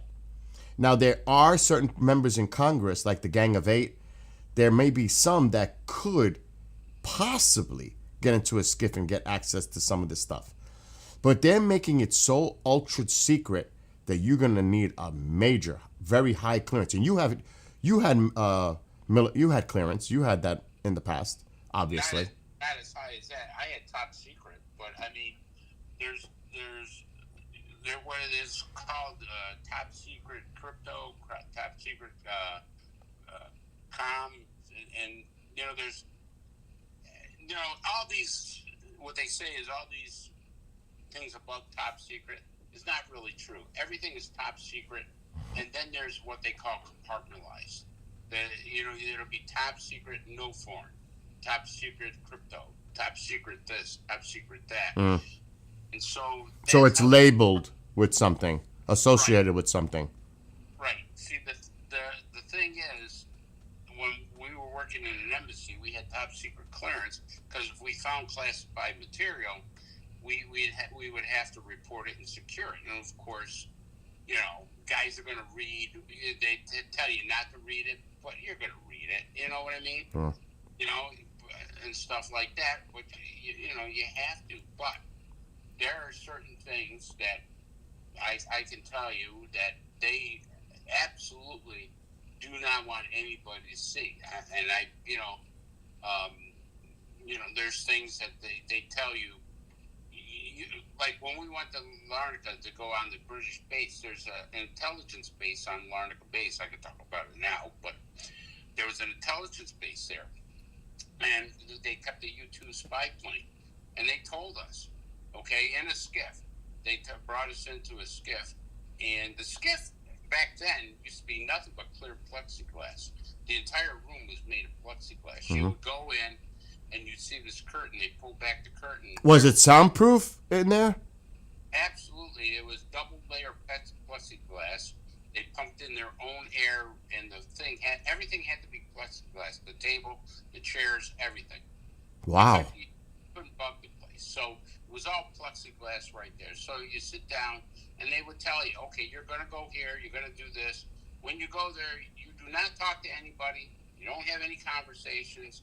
You don't talk between yourselves. You go in there, you get what you got to get, because he says you're going to see things, and you just keep your mouth shut about it. Don't ask anybody anything because, there. So we walked in, we walked into this large warehouse, which was a hangar, and there's a U-2 spy plane sitting there, and they had armed guards there along with, how they had those back in the olden days, the theaters that had those, like, chains across, they and stuff like that to keep, your yes, the roped off, yes. Right. So they had the whole thing roped off with armed guards within that roped area, and they had posted signs that if you cross the line, they can use deadly physical force, which means if you were dumb enough to go across those things, they're going to shoot you. And so, we just walked in, didn't say a word, didn't even talk between the two of us. The guy goes, here's your package, there you go, goodbye, out the door. Wow. Stuff of that nature. Keep it moving. Yep, keep it moving. Right. But there's top secret is always compartmentalized. Just because you have top secret clearance doesn't mean you're going to see everything. You're only going to see what they want you to see. Right. You have that type of secret clearance gives you access to certain things that is particular, not in general across the board where you think you have top secret, you can do everything that has the top secret label on it. No, like you said, it's compartmentalized where it's in a specific area where you've got that top secret clearance, but that's it. It doesn't mean other areas that you don't. It's particular. And people think that, they're safe in certain places, and they're not. when it comes to people listening. You'd be surprised the technology they have to plug your house, room, phones, everything else. I know. I say that, Chris. I know. I say this all the time. People tell me, "Oh, I'd never get an Alexa. I'd never get a Ring doorbell because it's so invasive." Are you kidding me? Then you might as well throw away your phone, throw away your tablets, everything, because that's the worst. That's how everything is monitored. So when people tell me about the Alexa, I laugh, or about the Ring, I laugh even more, because what you're holding in your hand is way more invasive and tracking. Oh, yeah, I mean, they can clone phones now. That's why drug dealers get burner phones, Yes, right? yes. Because we used to clone their phone. I Yeah. mean, we would sit on wiretaps where the phones were cloned. So whatever they talked to on their phone, Yep. it would automatically ring to us, and we could hear the conversation. Yep. So I mean, that's not anything big. Last You know, that's night, there. check this out. Last night, something really bizarre happened with Amanda and I. She was on with me last night. We were listening to K-pop. She was showing me K-pop music. That's the young Korean thing, music going on right now. And we were talking about something. And I swear to you, and she freaked out too, because I was sharing my screen with her. All of a sudden, I click the page to search on YouTube, and all the K-pop artists came up. I didn't do it. She was like, "Bill, we didn't suggest that. How did it know?" But we were just talking about it. That's the artificial intelligence. But how the heck did that figure it out? I mean, we were just talking about it, and then ask Amanda. It was weird last night. It was weird. We're playing the music, right? I think we might have played, and of course it's going to generate that because it's tracking your history. It's tracking your searches. or Yes, whatever. exactly. Search engine, all that. But like, even when I'm, like say I'm doing a weather thing here, like I'm doing weather storms, covering storms, I could be showing it on my screen. Radars, data, and guess what comes up? An email talking about the weather. Yeah. That's how invasive you want to. And people are worried about Alexa and Ring doorbells. Are you kidding me? Every button keystroke you do is being recorded. Everything. Everything you do on your phone. People think that, and I say to myself, how ridiculous is it that people complain about an Alexa and a Ring doorbell when you're holding a device every day in your hand that is way, way, way, way, way, way, way more invasive. And the same goes for a tablet or a laptop or a PC, desktop. Are you kidding me? Are you kidding me? I mean, it's just the way it is. Like you said, they have the technology. If they want to, they can see right through your house and hear everything you're. God, years and years and years ago, they developed lasers that they put at the window and hear your conversation in that room. Yeah. That's old technology. Somebody that we know, and he sometimes tells us certain things about the technology that, like, we know what he's doing right now overseas, working on something with a government. And it's like, Jesus, the stuff that we can do. Like the toys. And we were talking about this. I don't know if it was you and I, but the toys that we have that nobody even knows that we have, they're not public yet, but they're there. And they'd be rolled out if we need them. You know what I'm saying? Oh, God. Well, they even said that. The Trump had turned around and said, hey, we got stuff we haven't even shown anybody. That's right. He did say that, right? So, we know, you've got contacts from doing not just doing the show, but you have people that you talk to, intelligence. You've got your people that you have contacts. We can't talk too detailed because we're on TikTok, but we have to be mindful of what we're saying. But it's not like we don't. Amanda and I were actually having this conversation last night, Chris. how she works with all the law enforcement shows, you know, like with Jason, you, Yeah. the chief. I mean, this guy's the retired chief of LA police. Yeah. I mean, and Jason White, another 48 hours, and he's still an active detective. I mean, you, with your background and all the people on your show, including Randy Sutton of Cops, and you know, we are in contact with a lot of people. And she's like, Bill, you know, some of the things that we talk about offline that the public that aren't aware of these details, which is true. Oh yeah. You know, and I say this the same way with the UFO stuff, that information comes across to us that is not public. And sometimes, like, I wonder, I'm not joking, Chris, like Amanda too, she was saying it. You know, you got to wonder, if you're doing stuff like this, you know that you're being observed. You know it. Oh yeah. There's no question. They keep tabs on people that, you know, that have been on the show. I mean, guys like, you gotta remember, we've had people on the show like Rick Prado. You know, people laugh at, you know, the Tom Cruise movies of Mission Impossible, but that's what Rick Prado did. Yeah. The real Ethan Hunt. I call him the real Tom Cruise because, Yeah. you know, they would, in the middle of the night, you know, send them on black ops planes and parachute them into jungles of God knows where to meet with, you know, rebels and everything, to train them and to help them, you know, sabotage and everything else. I mean, this is what the guy did. You know, Yep.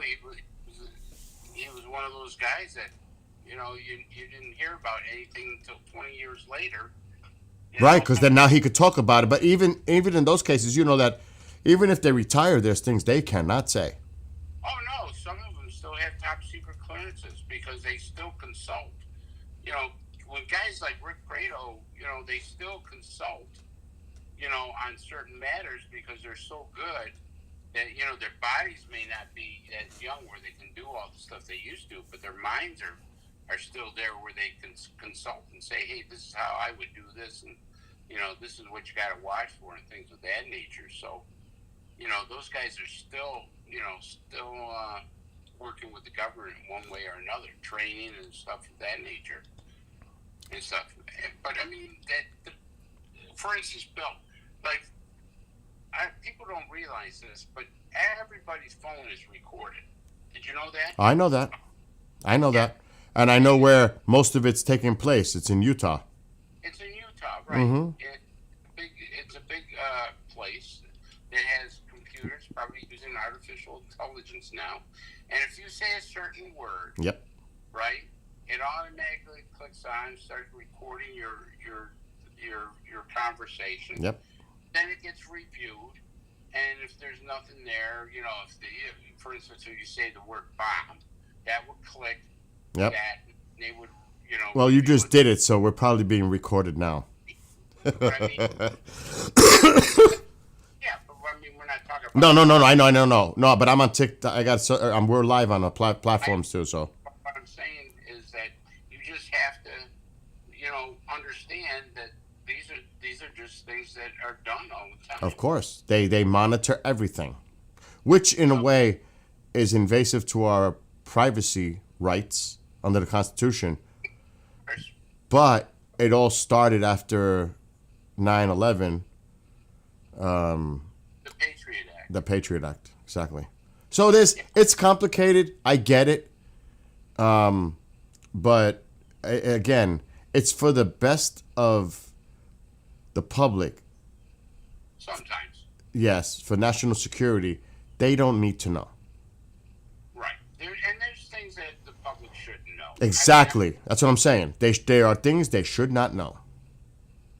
You know, there's things that the public should know, and there's things that you're better off not telling the public because Right. it would only create panic Right. or Chaos. Yes. chaos. Yep. So you want to stay away from that, and rightfully so. But I will tell you now, as far as disclosure goes with UFOs, there's a big fight going on. These people, there are people who do not want to see that disclosure under any circumstances. They'll tell you.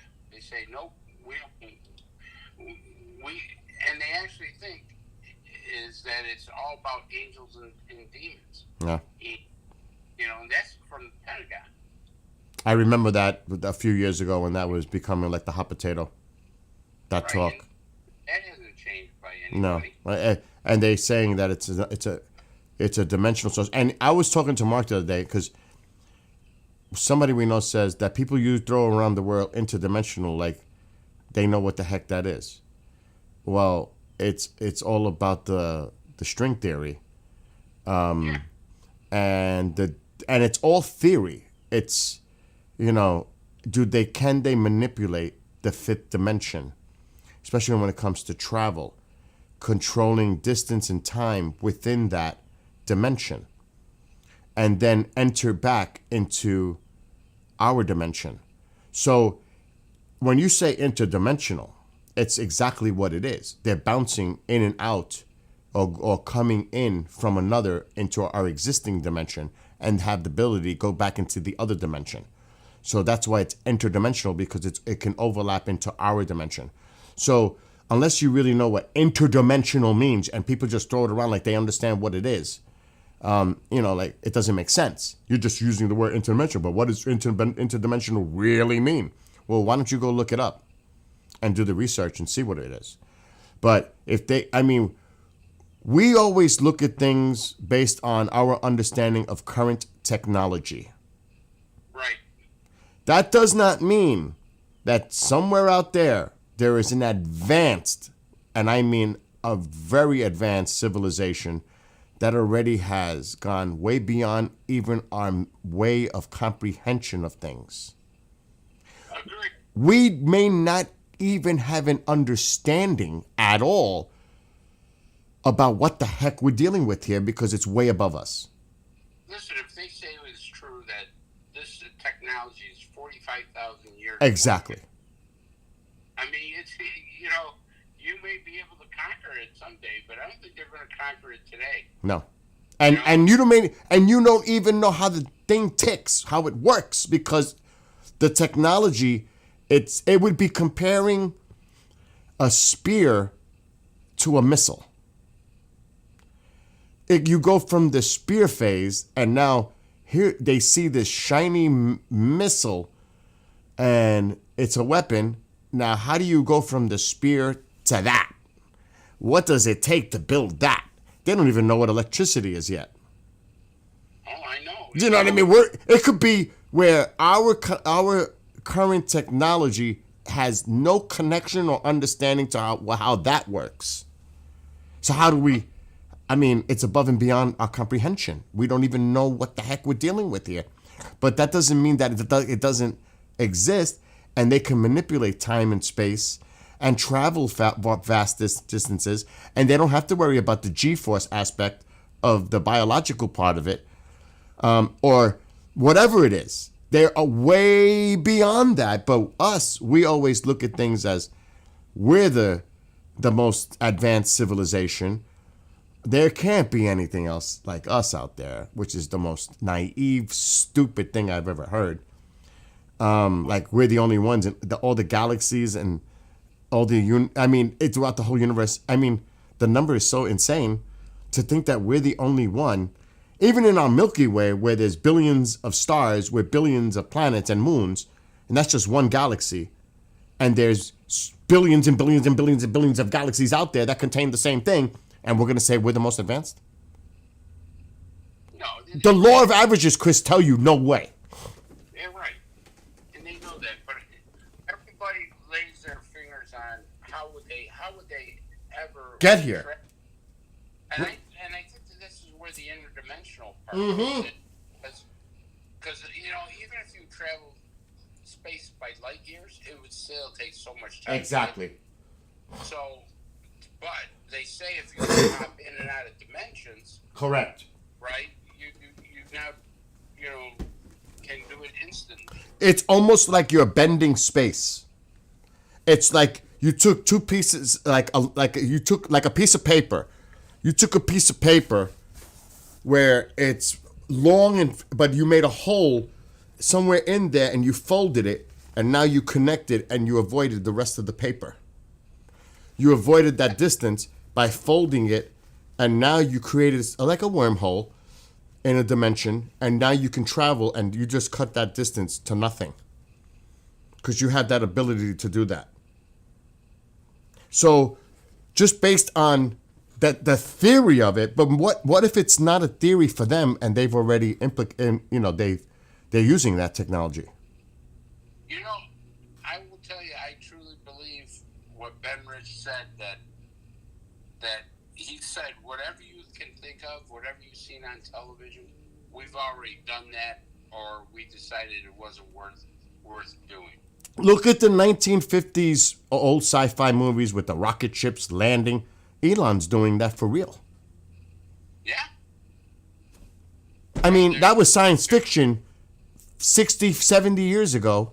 And now you see like the Starship. The Starship looks just like those rockets in those movies landing on Mars and the moon and all this stuff. It looks just like that. Even in Godzilla movies, the rocket they used, and it's like it's just like what Elon's working on right now. You know? So sci-fiction becomes sci-fact. Oh yeah, and when Ben Rich said that we have the ability to take ET home, that means that we are somewhere probably 100 years ahead of what we really know.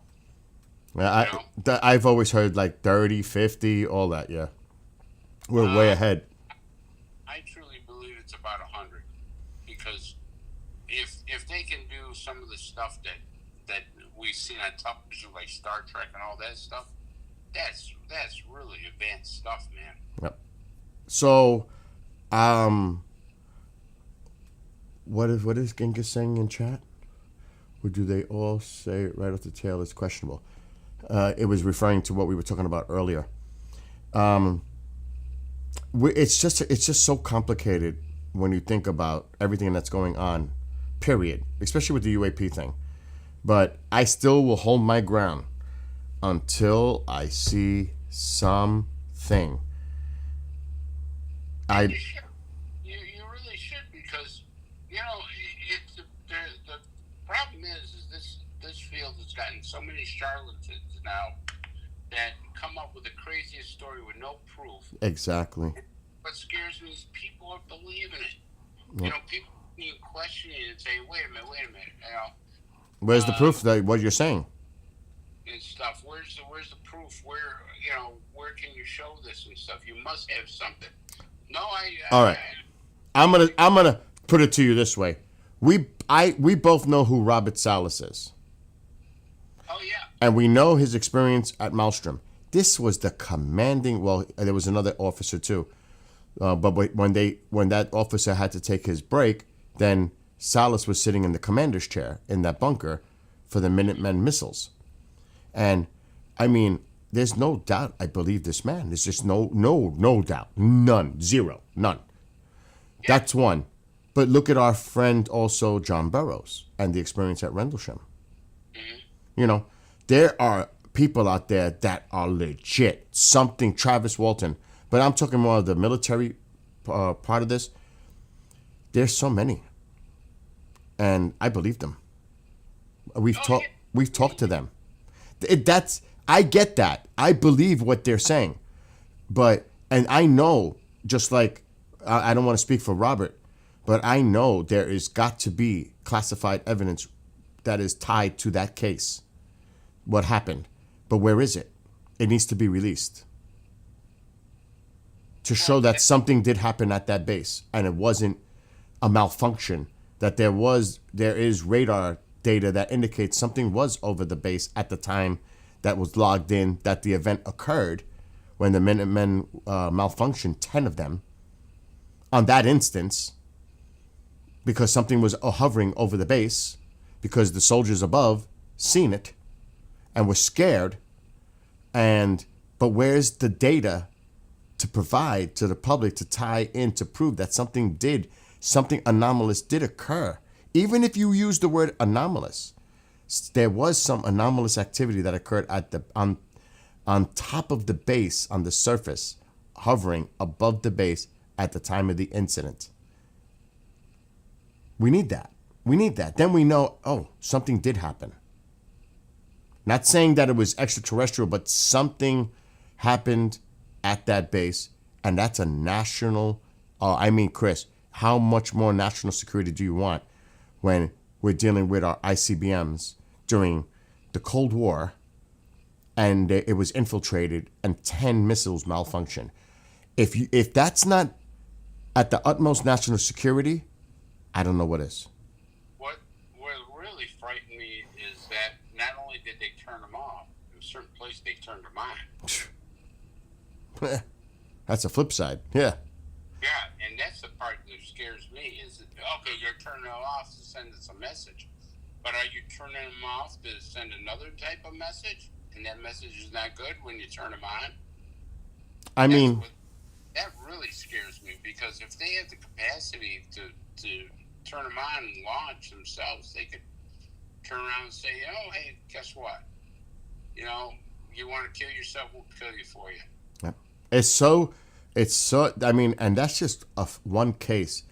How many police officers have you interviewed, retired, that had an experience with a UAP?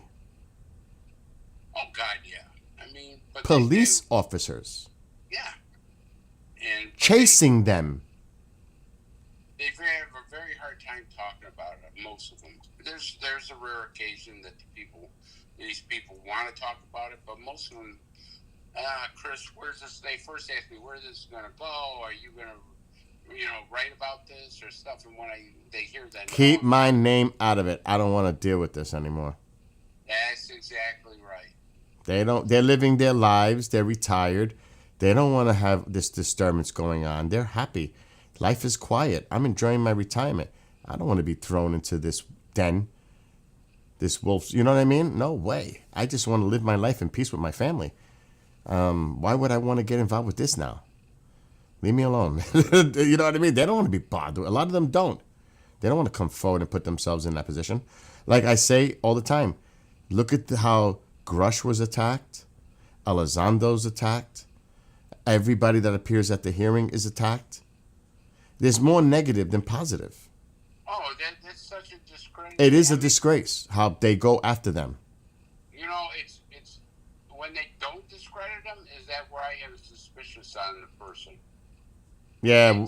They don't discredit this person for what they're saying, then I'm kind of saying, maybe this guy's not telling us the truth. So I think it's I personally, I don't even know even if I was in that position to be a whistleblower, I don't think I would do it either. I don't think I would do it. I don't think I would put myself, and it's not even about you as an individual, it's your family. Because the kids have to go to school. The wife has to go to work or whatever, or has to go to the supermarket. Oh, your husband or your dad or this. It's not just the person. Because everybody knows the name. It becomes a world recognized figure. And everybody's going to know who you are. And that ties to your family too. And that's the sad part. Because they get affected by it too. So you have to be really careful before you even think about coming forward.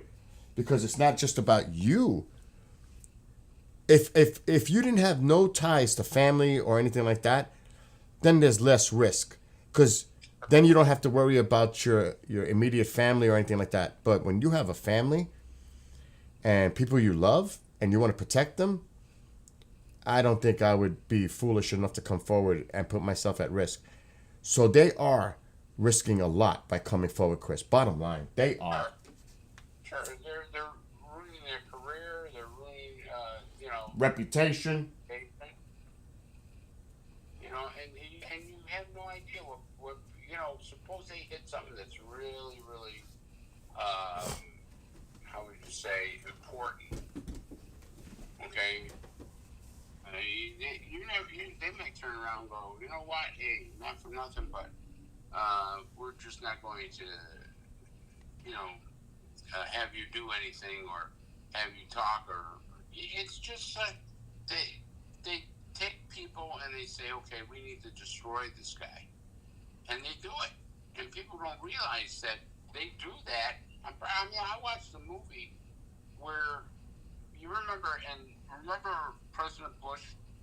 He was so hot about invading Iraq. Mm-hmm.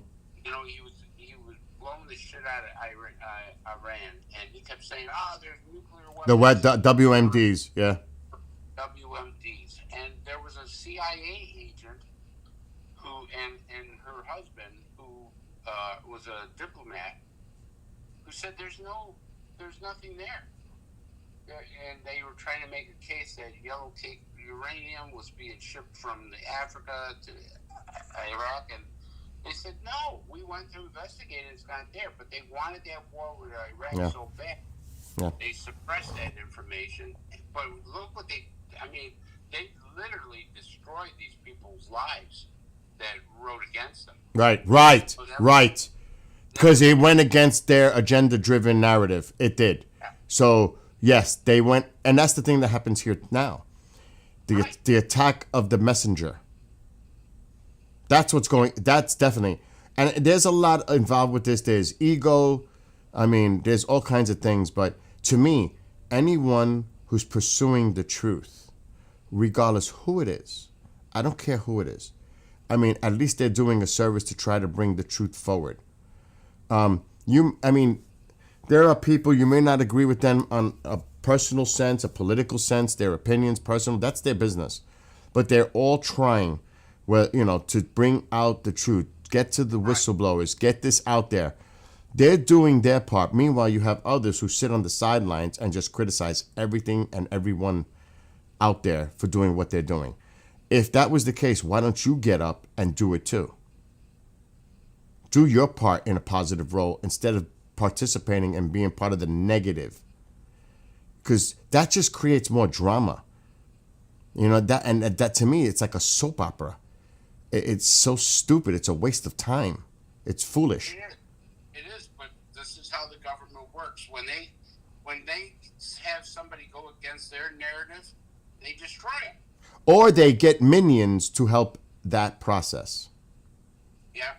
They back certain groups, individuals, to purposely go after others. It's complex. But I hear, because in my position, I hear things from all sides. And, personally, this is just my own opinion, and people may not like it. I think what Lou Elizondo did is great, and how he came forward in the beginning and forced this whole issue. Really, he forced this issue. They tried to get ahead of it, ahead of him when he was coming out with stuff. They even released statements. Then you had all these people trying to discredit him. Then you had all these people saying, oh, he's part of the disinfo campaign. He's a psyop, whatever. This is all psyop.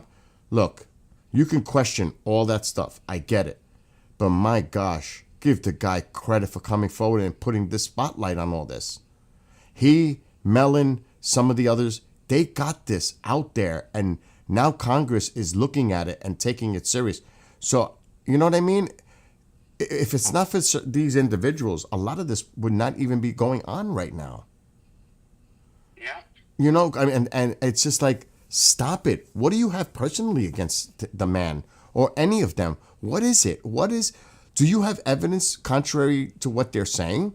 Or are you speculating that they're this, that, this, or this? Talking like and you know nothing. But you think you know because you heard it from somebody else and they said it. And it's like, it's crazy.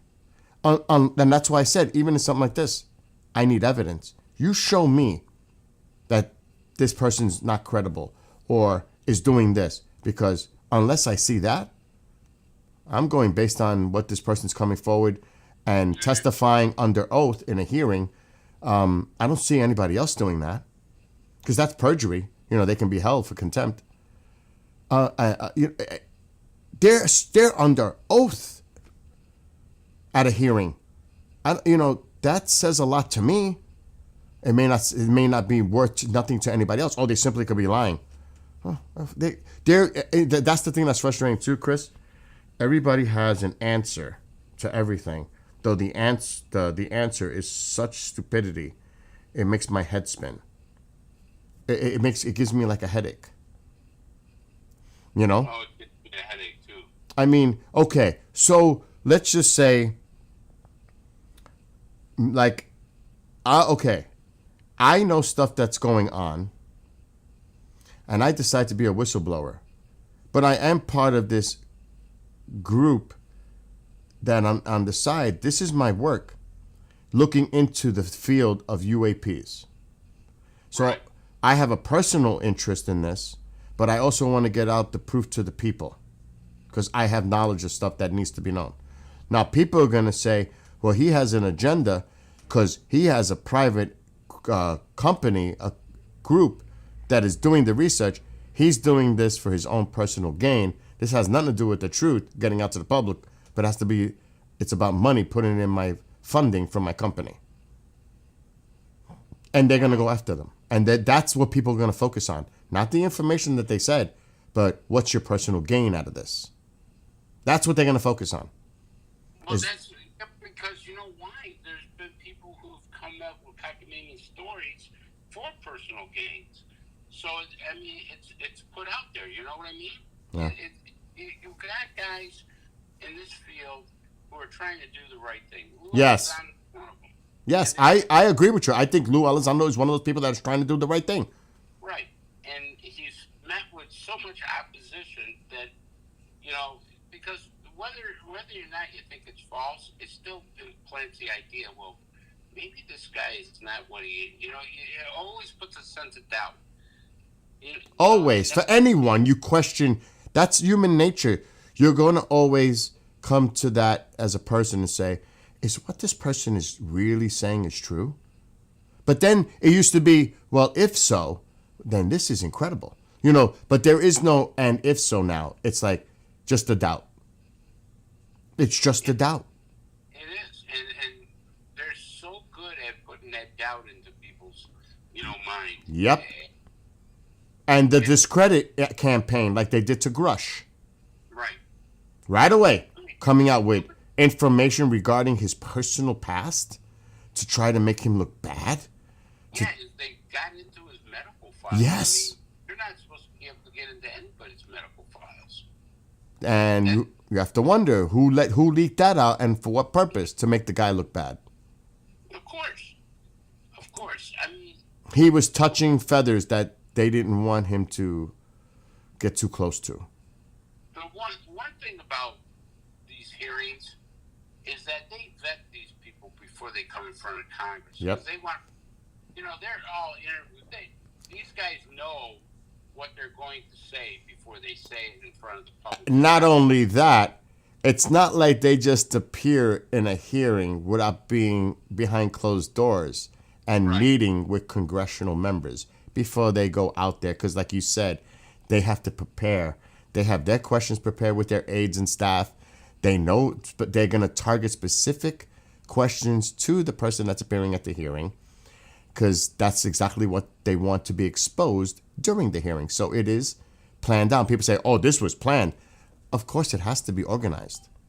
What, do you think it's just going to be unprepared and they're going to go in there like that, off the cuff? If Chris DiPerno was doing an interview with a guest, is Chris DiPerno doing that interview without being prepared to do the interview? No, of course not. Of course not. So it's so foolish when I hear people say, oh, well, this was planned, this is prepared. Of course it is. You don't go walking into something not prepared. You're a fool if you do. An absolute fool.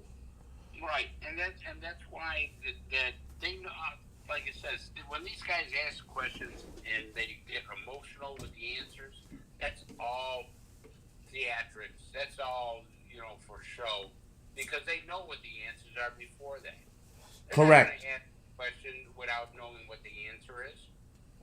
But at the same time,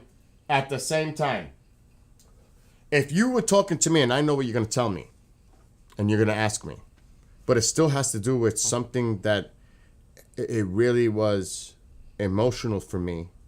Because, like, with Commander, you know, and you saw after you. I don't know if you were there after the show. I got emotional a little bit.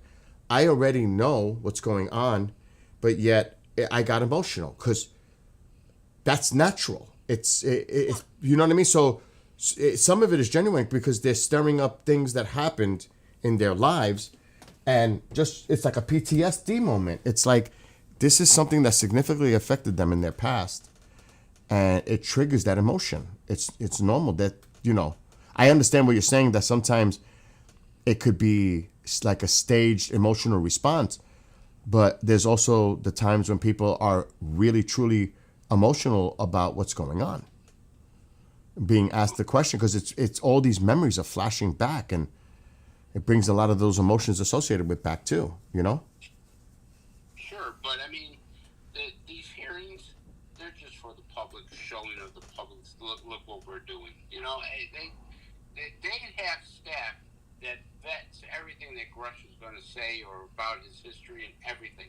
So, because when they had wanted to get certain people on for hearings and stuff like that, they rejected them because they found something in their past, Right. or something that they didn't want. Like Bob Lazar wouldn't be at a hearing. Right. So, it's not like and I laugh because when they get emotional and they act like they're surprised. Right. They're not surprised. It's just like a lawyer. When a lawyer goes to court in trial, he only asks the questions he knows what the answer is going to be. Correct. He's going to ask a question. He's stupid if he asks a question. Even all right, let's look. It's almost like the lawyer will also have someone there represent. If say it's a defense lawyer, they're also going to have a person there playing the role as the prosecutor. You have to be prepared for this kind of questioning, and they actually prepare them on how to deal with that on the stand. Just like if you have a debate, there's going to be people that are going to step in representing both sides, and they're going to play a role on how to deal with the other person standing next to you during a debate. It's prep. Everybody preps. It's not uncommon.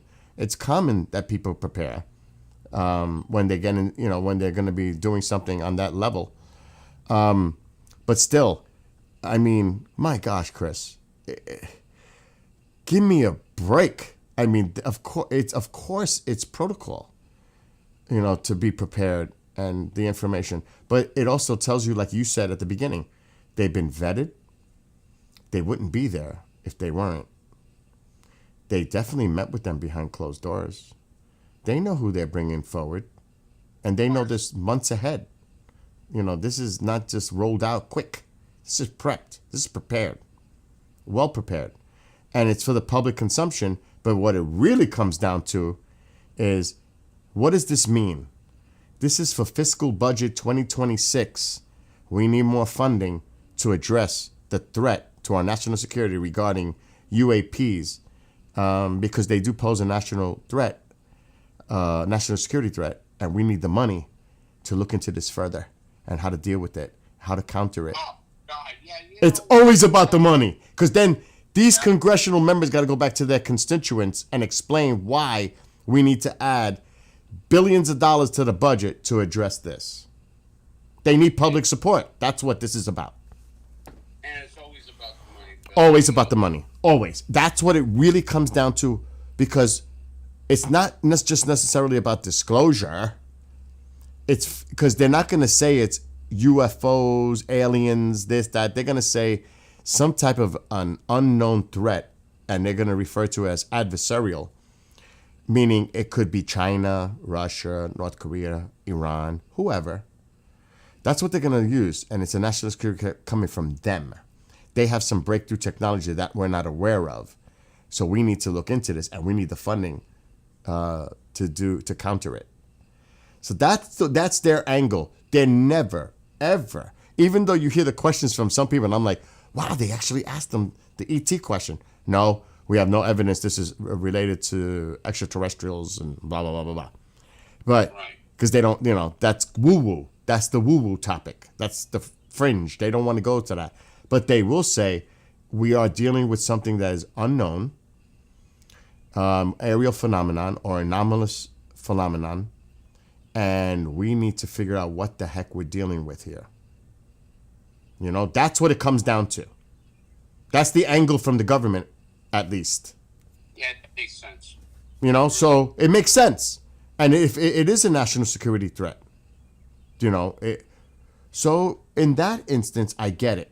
I do. But they're not, like you said, if you're trying to connect this to grays, and they're not going to do that, because then that opens up that whole can of worms. So you're saying it is connected to extraterrestrials, the threat? So that means you've known about this and you're withholding information from the public? It's one thing to say it's adversarial. It's another thing to say it's extraterrestrial.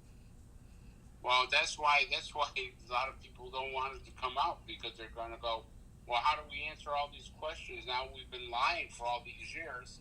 How do we go out and tell these people? You know, I can't tell you his name, but I had an interesting talk with an intelligence person who had told me that he got, and this is why he got into ufology, is because he was working on, he had a clearance in electrical intelligence or electronic intelligence, things of that nature. And he had a top tier clearance probably with crypto, which means is that, you know, anything electronic he was working on. And he had a classmate, and he ran into this guy in the Pentagon, and he says, hey, how you doing? Blah, blah, blah, what's going on? And he goes, so what are you working on? You know, he goes, we're working on foreign technology. Oh, wow, what kind of technology? Is it the Russians, the Chinese? He goes, no, we're working on foreign technology. Well, yeah, that, but what? And the guy takes his finger and he points up into the sky. He says, I'm working on foreign technology. Wow. And so, you know, there's all kinds of things, but these guys, they got to be very careful, because this is such a, I mean, remember what Grush said, there's people been murdered over this. Yeah. You know, injured and murdered. And you know what the strange thing is, Bill? Nobody's jumping on that. Like saying, okay, who's been murdered? Why do we, you know, why are we allowing this to happen where, you know, Yeah, that people are losing their lives over it. Yeah. And that's the push from how far intimidation can go to the extreme. Well, of course, and just look what they've done to Bob Lazar. There's a perfect fact right there. Bob Lazar, you know, everybody says, oh, he was nuts, he doesn't know what he's talking about and stuff like that. I was told by somebody that I highly, highly, highly trust that, and he told me in the car, Lazar is legit. Oh, yeah. And he told me about certain things that I can't repeat, and I'm like, oh my God. Because everybody, you know, it's the typical, he didn't go to the Caltech, there's no records, this, that shit. Well, that can disappear. A lot of things can muddle a lot of things if they want to. But Don Ecker, our friend, said that there was a gentleman that worked on the hydrogen bomb that actually introduced Bob. He said, I know someone that you really need to look at. He's like a young prodigy. And that was Bob Lazar. And he introduced him to the people connected to S4. So just because that's like, I'll put it to you this way. I'm being careful now. Let's say you're a person who's really good, and a young person who's really good at penetrating, infiltrating things online. You have no education on this. You're self-taught. You did this on your own. You're a little like home genius. How did you figure this out? We'd like to recruit you.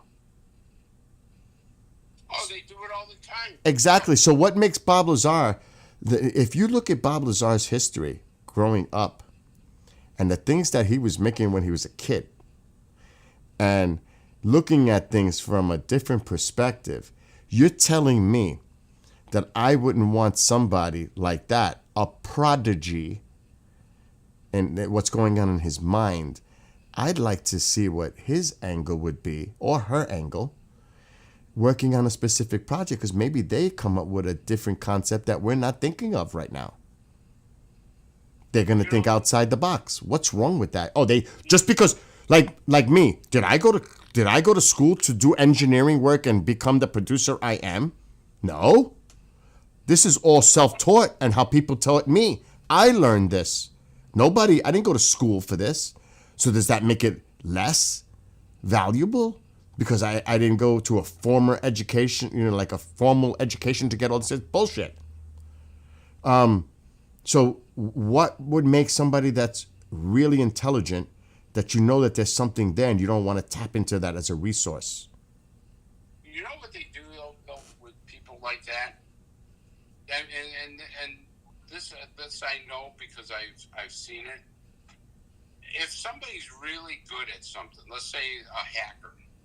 Hey, that's what I was referring to before. I didn't want to say it, but yes, exactly. He gets arrested. They say, okay, listen, you're so good at this. You now work for the U.S. government. Exactly. Okay, you're going to go into jail, right? We're going to give you a job, Exactly what I was referring to. That's exactly what I was referring to. And that's done all the time, where they go and say, hey, listen, we caught you, we got you, but there's a way out of this. All you have to do. We offer them a deal. Yes. Because we see the potential there for their value of what they do. And remember, did they go to school for this? No. Some no. Yeah, you're right. If they're a young person sitting behind their keyboard at home, because it happens, and they're doing, it's not like the Russians training people sitting in a room to do this, or the Iranians or anyone. No, this is some individual that was at home that figured how. It's almost like, I'll put it this way. There's a movie that we can use for this. War Games. If you remember that movie. And I know it very well. And how he's doing things, and he thinks it's a game, and he gets into it and it's really something else, and he's able to infiltrate and penetrate into something that's very sensitive. And some of them don't just do it by accident, they do it intentionally. But how did you do it? How did you figure this out? And they don't, like I said, they don't have no formal education. They did this on their own and learned how to do it on their own. So they didn't go to school for that. They didn't go to any trade school or college or anything that's going to teach them to do this stuff. They learned it on their own. So that's valuable, how they thought of that. That's clever. I mean, we can tap into that in that ingenuity. That, you know what I'm saying? Because they figured it out. So what else can they do? What else can they figure out? And the same goes in science. It's across the board. So if a person like Lazar or anybody else out there that I recognize as being, wow. And it happens all the time.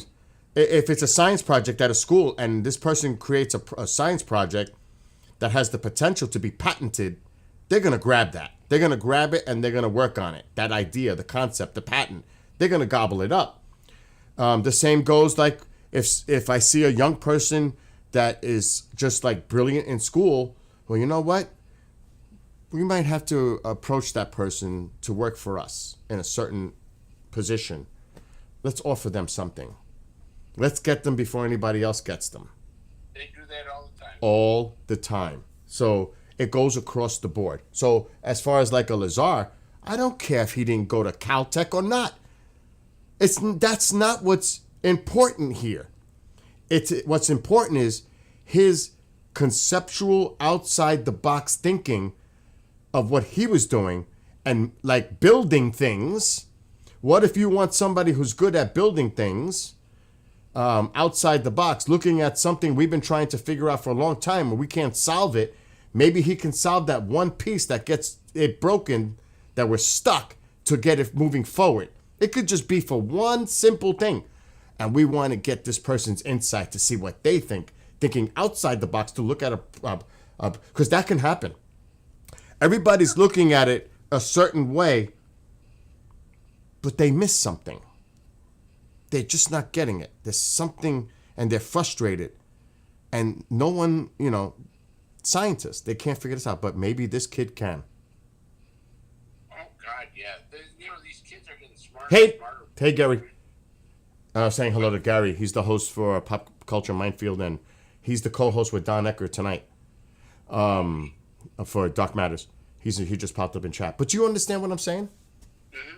I mean, it happens all the time. If people think that it doesn't, they're naive, because it does happen all the time. It's like this, and it is a stupid analogy, but in sports, we go around to the high schools. We look around international. We look for the potential of what a player could be, a prospect. Yeah, Say- but we do more than that now. They actually got files on these kids. Yes, they do extensive. Yes, but what I'm saying to you is, they're already looking for prospects. Well, there's prospects in our educational system that they look at for sure. But there's those ones that are not on the radar, but they're still on the radar to them, because they're doing things that they may not be aware that others are aware that they're doing, but there are people that are aware that what you're doing, and they've got their eye on you. And at some point, they may come knocking on your door and saying, listen, we know you're working on this, blah, blah, blah. We need you to come with us. And like you said, it could be anything, like a hacker, but we know what you're doing. It's criminal in nature, but we have something else to offer you. Or they could be working on a science project that is like groundbreaking, like has the potential to be some like breakthrough idea, and we would like to see you work on that project. What if we gave you your own little lab to pursue this, and we give you the funding and a staff to see where this actually goes? You don't think they would do that? Of course they would. Of course they would. Of course they would.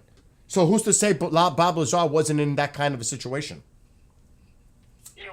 What they do too is they'll go to a real like MIT, these colleges, and say, "Hey, we'll give you $3,000 or $3 million funding.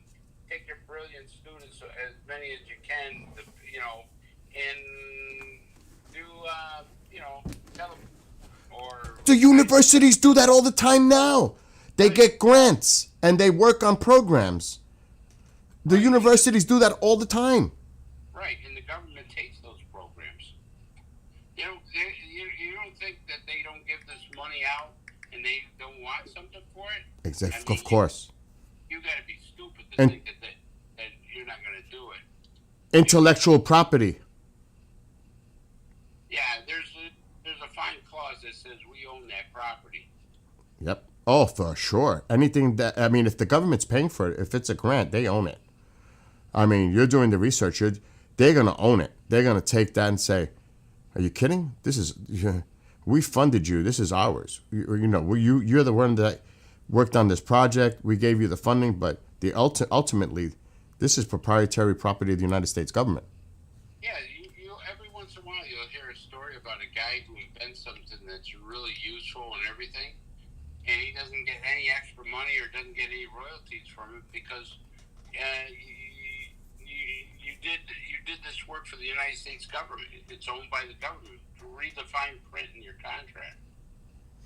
And like I said, Don, you know Don. We know Don for years, and you know how blunt and direct he is. And he always says he's got that detective instinct, and he has the BS meter, and that's true.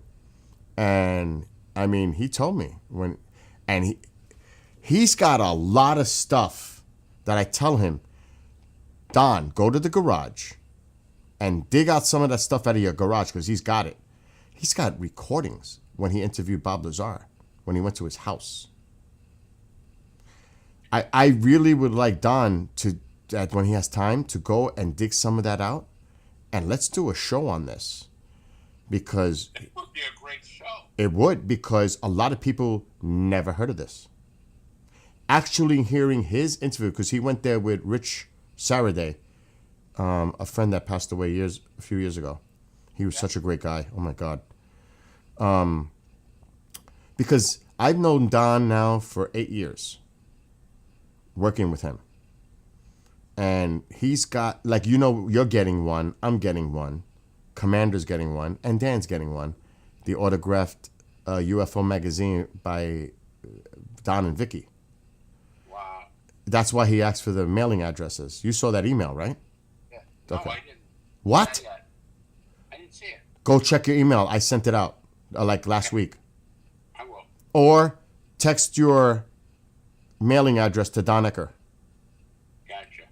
So anyway, beside that, he's got a lot of stuff. Documents. All the research, a lot of the stuff is connected to UFO magazine in his garage. Tapes, lots of stuff. And he's got a treasure trove he's sitting on. And I tell him this all the time, because can you imagine that when he went, and he's got the pictures. He's got the pictures too of when he went to Bob Lazar's house and sat there. And this was shortly thereafter when it came out with, oh my God, what's this guy's name? That was involved, George Knapp. Because George Knapp and Don, they knew each other. All that was breaking, thanks to George Knapp. But Don took the trip and sat down. And he said his bullshit meter did not go off. He believed that Bob Lazar is legit. I think Bob Lazar is. Look, if these guys can do all the intelligence stuff they're doing, don't you think they can wipe out some Of these, course they can. college degrees and stuff? Come on. That's like saying, let's just say that you had. Okay, I'm. This is very hypothetical, but you had valuable, very valuable information. Yet you had a criminal past. You don't think they would say, okay, you do this for us, that disappears? Of course. Of course that would. There's like this, and in reverse, like you said, intimidation. If you do anything, we're gonna make life real difficult for you. Yeah. Your life is going to become a misery. Yes. So again, it works both sides. So when people that don't know the information and they look at it, and I get it, public opinion, but that's on purpose. That is on purpose. And they don't understand it. You're falling into what they want you to come up with that personal opinion on this person. And I'll say that the same way they tried to destroy Lou Elizondo. Because they didn't want him to come out and say the things that he wanted. So they really went after the man. And they had other people doing it too. You know what I mean? They wanted to ruin his life. And by any means necessary, but he didn't. He just kept going. Now, the thing that is a little flaky that happens, I suggest that people that are involved in any of these things stay in their lane, so to speak, and don't make comments about other cases that you have no idea. You're just speculating. You don't talk about something you don't know what you're talking about. Exactly. And if you're gonna hypothesize and say, well, be careful, I would say, well, I've heard allegedly that this occurred, allegedly saying there's no evidence. I have no credible evidence to back up right. Allegedly this happened, or hypothetically this could be the case, or be careful how you say it. Don't make it definitive, like, yeah, back in 47 in Roswell, they took this and brought it to Wright-Patterson. Where's the evidence? You just can't throw that out there like it's going to stick on the wall.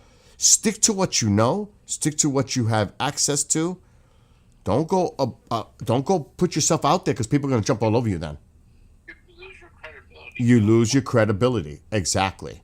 Don't associate with other things that you don't know about directly because you're going to get caught and they're going to use that against you. Because now they're going to say, oh, you fell for that?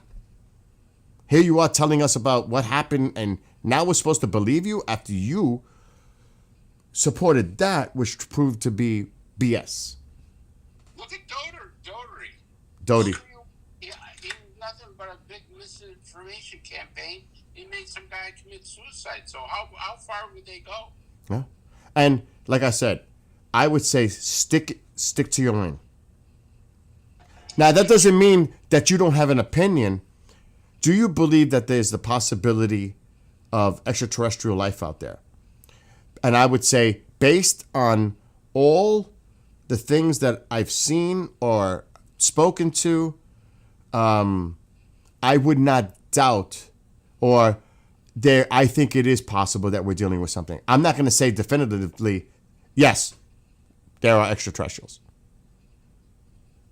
You say that without backing it up with evidence, people are going to say you're full of it. Yeah, that's right. That's the bottom line. If you say, based on the information that I have access to and the people that I've spoken with, it's not out of the realm of possibility we are dealing with something that is not from here. But I'm not going to say definitively that we are. I'm just going to say, based on all that information, it's very possible.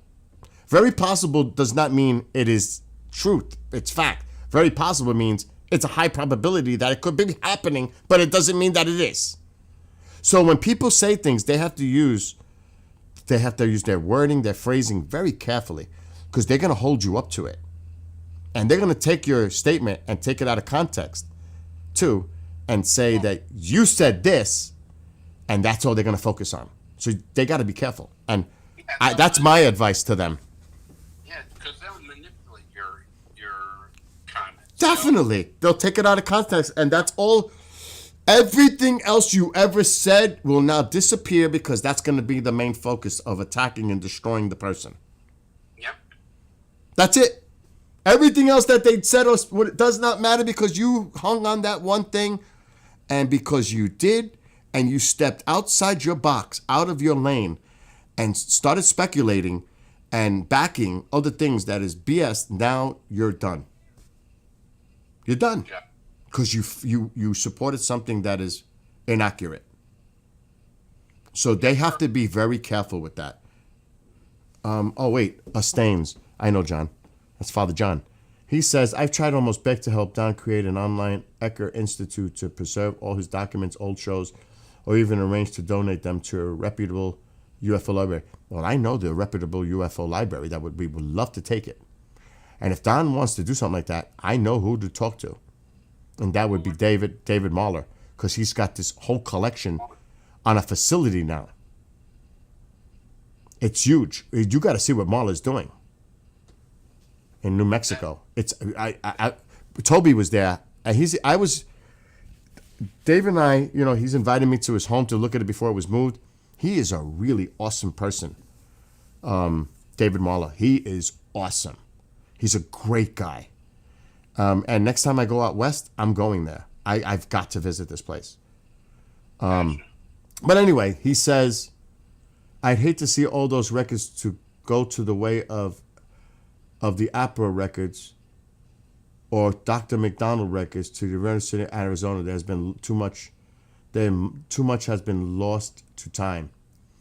Now, I've seen, have you ever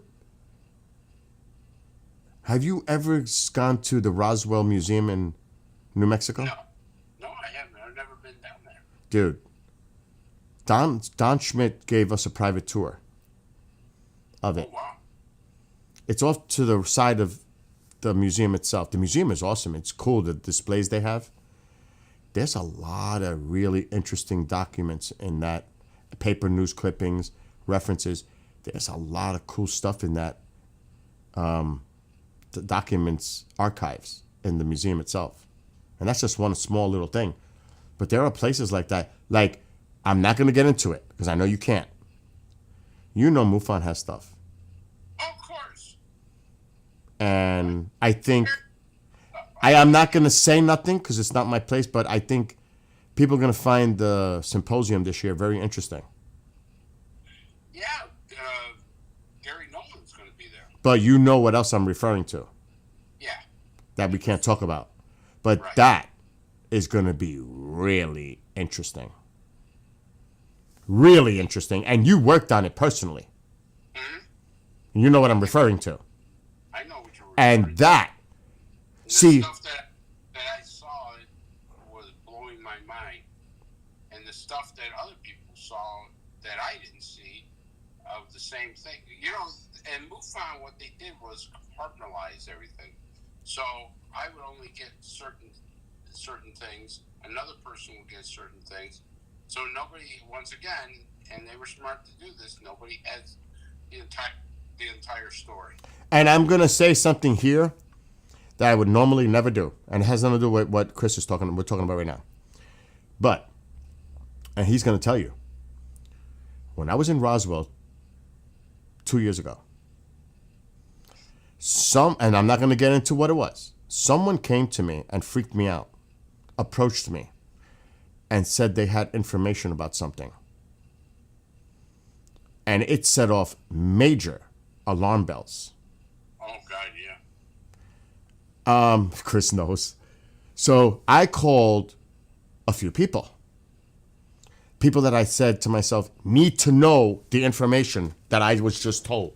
Now, I'm trying to figure out if this person is legit who's telling me this. Right. You remember this when this happened. So this person was demanding to speak to such and such and such and such. And I said, they're not here, but you can tell me and I will relay the message. So this person decides to tell me what the hell was going on. He was living in a van, moving from place to place because he was scared. I'm like, oh my God. This is now I'm getting nervous. You know, Chris? I'm getting nervous because what he's telling me is scaring me now. Sure. So then I'm sitting there. I called you because you're my, me and you are very close friends. One thing, Chris knows this, and see, people don't realize this. Chris and I are like brothers. And he'll tell me, and this is why I respect him, he will tell me something, Bill, you're doing this wrong. Bill, you need to stop doing this.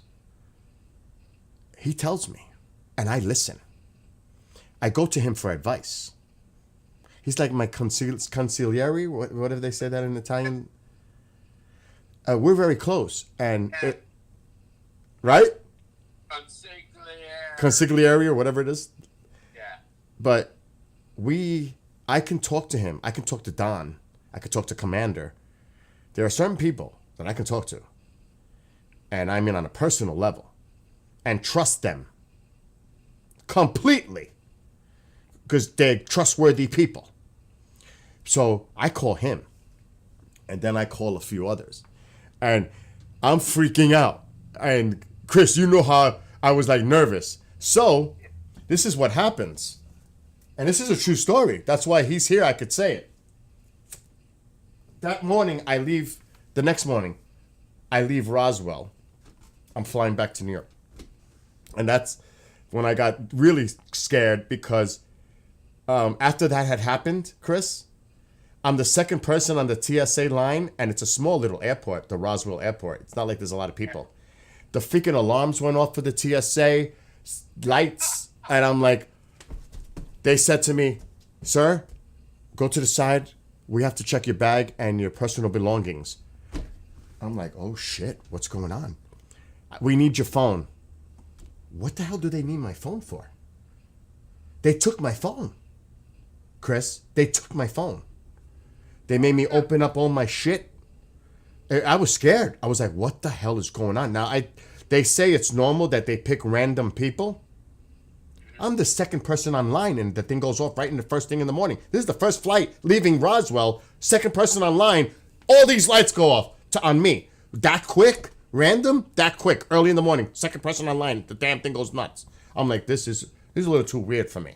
And remember, this is after the calls I made. So I'm thinking, they took my phone. Do they know what I just said on the phone the day before, like to you and to others? I'm like scared shit. So I got to Fort Worth. I'm waiting in Fort Worth for like 3 hours. And dude, I called you from the airport. And I was scared because it seemed like I was paranoid, and I thought that there was somebody standing. I even think I might have told you that Chris, I think there's like somebody standing over there watching me. Like they were like pretending they were just standing there, but I kept seeing them glancing toward me. Like now I'm starting to get like freaking super paranoid. The point of all this is, a few months later, did what I tell you turn out to be true? Yeah, I mean, there's a lot of things that we've talked about that, we've got. Bill, we're in unique positions that sometimes we get information before other people do. Yep. But this was serious. This was serious information. And we just, unfortunately, sometimes we don't want to hear it. You know what I mean? Because then you go, well, what do I do with this? Exactly. And stuff. But I did the right thing. I I contacted those that needed to know. Right. And that's the hardest thing is that. And holding it. And I didn't tell nobody else. No. And that's the smartest thing. And that's the hard part, is not sharing the information and putting it out there in public before. And this is what it goes back to. Until you have absolute evidence, or it plays out that allegedly what I had heard from this individual was true, and then it played out that it was. But at least the people like you and some of the other people that I knew already were tipped off that something like this was being plotted. Oh, God, yeah. Even Earl told me stuff after the fact. Oh, man, let me tell you something.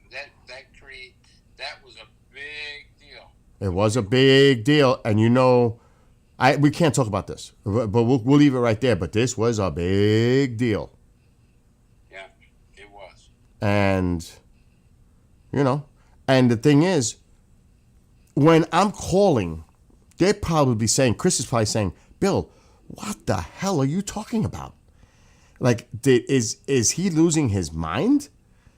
Like, I'm scrambling. I'm serious. I'm calling people, like telling them, listen, this is serious. You need to take this serious.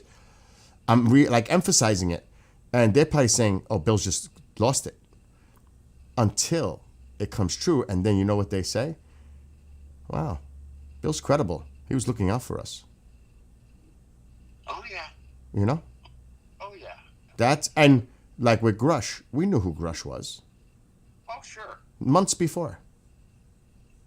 But we were told, don't you dare say a word. Right. And we didn't.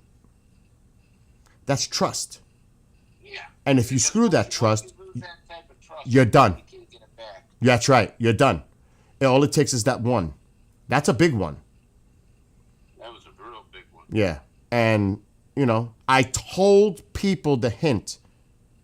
In a few weeks, you're going to see an article. It was supposed to be in the Washington Post, but it ended up being on the debrief. But I said there's going to be an article. You need to pay attention to it. It has to do with the UAP field. Because that's when they were going to make the formal announcement, about everything that was going on with him. But somebody obviously put it out before that.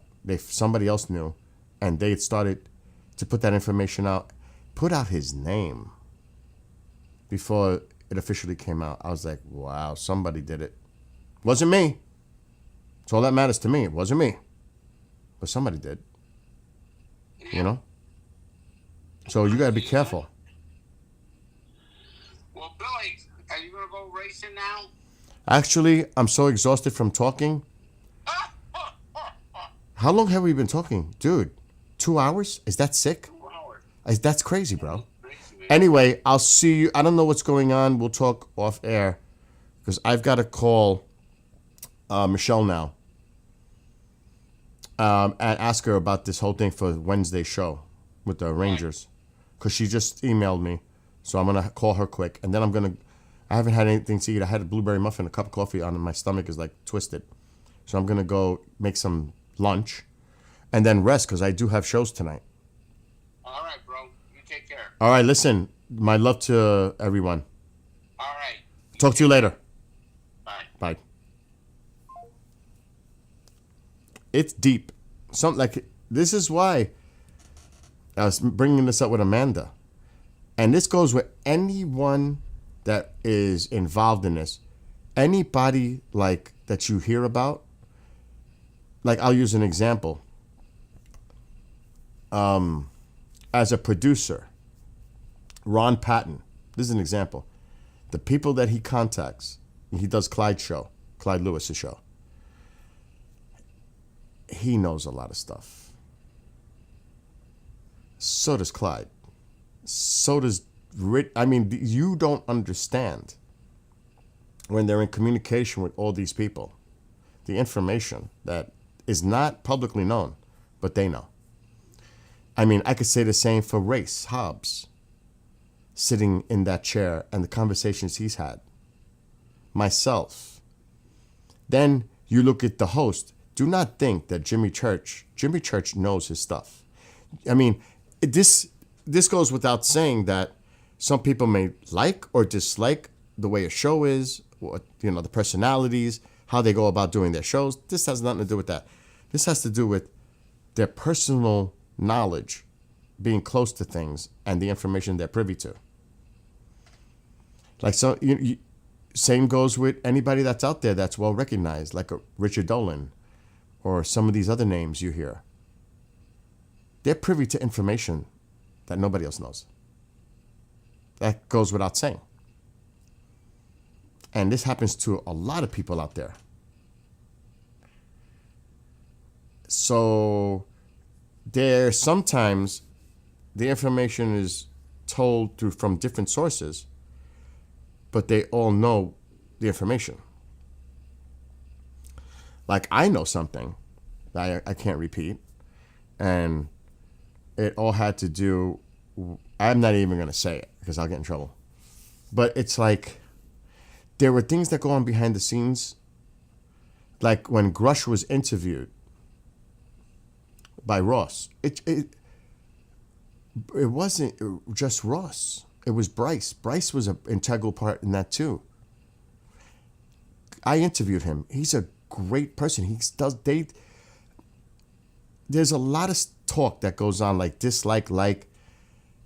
I don't look at it that way. I don't take it personal. I look at it like they're doing their part to bring the information out to the public. Now, if somebody doesn't like them for whatever reasons, that's their whatever. That's what they're going through. I look at what the value is of what they're doing to try to get the information out to the public. They're serving a positive purpose. You may not like the megaphone. You may not like the person. You may not believe, and in other ways, the people might be just simply jealous of what these people are doing because they want to be in their shoes. There's a lot of ego, too, involved. But I say to myself, why can't everybody just do their own research and do their part to try to bring this out? Everybody shouldn't be just doing the same thing. That doesn't make sense. And people reach their own conclusions. Like what Stephen Bassett is doing is different than what Ross is doing with Bryce, or what, and again, I'm not taking this on a personal level. What Dr. Greer is doing, or what Lou Elizondo is doing with Mellon, or whatever it is. Let them do it. Let's see what comes from it. I'm not going to attack them. I want to see what they bring to the table. To me, the more the better. So keep working on it. Everybody, just keep working on it. Let's see what we get. I would hope that everybody's working toward that same goal of actually bringing the truth out to the public. But do you hear a lot of back bickering? And I'm like, this is such a waste of energy. You're concentrating on what the other person's doing. You should be worried about what you're doing and bringing what you're doing to the public instead of wasting time and going after that person. Let them do what they're doing. You could have an opinion on it, like anything else. There's nothing wrong with that. But I would say this, keep your opinions private instead of making them public. Whatever your personal opinions are, keep them to yourself. But no, they got to put it out there. And then that starts drama. And it's unnecessary drama. Why would you do that? Because you know how people are. They do things because they want attention. It happens all the time. Trolls do that. Or someone in a crowd that makes a scene so the attention is drawn to them. Like a protester in the middle of something going on with signs. What do they do that for? Is it to get the person's attention on the stage? Yes, it could be. But if they know it's being filmed on some kind of a stream or on TV, they want to be recognized. I was that person. And then they start a podcast, and it shouldn't be about the personal. It should be about not necessarily the messenger, but the people that are directly involved. What's important. At least that's the way it is to me. Like, okay, here's another example. I got to go because I got to get ready for tonight. I think it's talking about it. I'm producing a show. I am, unless they say something that is crossing a boundary where it's derogatory in nature, hate speech, something like that, we don't tell the host what to say or do. That's their show. It's not my place. It's freedom of speech, freedom of opinion. That's on them. It's coming from them. It's not coming from me. It's not my place to diminish anyone's opinion. Everybody has that right to their opinion. I look at it as I'm giving the platform so people's voices can be heard and that people can listen and reach their own conclusions. But you have to be able to put the content out there so people can experience that for themselves. So, to me, it's humbling as my role in playing a part of putting all this together and putting it out there for people. Like, when the concept came up, and I was a big proponent of it, having Wednesdays as a PSA day, meaning shows that had to deal with law enforcement and veterans. Oh God, that's speaking of one of them. Like him. 5.2 magnitude earthquake strikes San Diego County, California. That just came on there. So there was just an earthquake in California. I don't know how long ago, but it just came up on my computer. But him, OD, and Stacy, they do the veteran show. They're actively involved in veterans affairs and trying to help veterans. You got the alert 30 minutes ago? So it happened 30 minutes ago, the earthquake, Nick? I am humbled and to be around these people, first of all. The police officers, the veterans. Even there's a lot of veterans that are hosts on the show, on the station. And that's a special place in my heart with this. I'm not a veteran, I have family members, and I'm a big supporter because I've seen stuff in person on the suffering of homelessness of veterans. And it burns me. It makes me emotional, what I've seen personally. And the disgrace of them suffering, well, my experience, what I've seen, I'm getting emotional, is they have addictions, whether it's alcohol or drugs, and they're homeless, sleeping in a shelter with the worst conditions you can imagine. I actually seen one pass away. I'm crying right now because it touches me. And I asked the person in charge, why aren't they getting the help to deal with these issues? And they told me we can't force them to get treatment. It has to be voluntary. On the first of the month, when they would get their money, the first thing they would do is run to the liquor store or I would find drug paraphernalia, all kinds of stuff in the bathroom, because they had brought it back to the shelter and because they just got their money. And I'm saying to myself, these people need help. They're not going to voluntarily get help. They're not. They have an addiction. So, well, this is how it worked. They would send them to a halfway house to see if they could live in a halfway house. Eventually, they would get them their own apartment. Part of the money, the state was helping to pay for the rent, and they were responsible for a percentage of what they got to pay for the rent. How long do you think it took for them, without getting the treatment that they needed on their addictions and other issues, mental health, how long do you think it is before they couldn't maintain that apartment? And guess where they ended up again? The same people, back in the same shelter.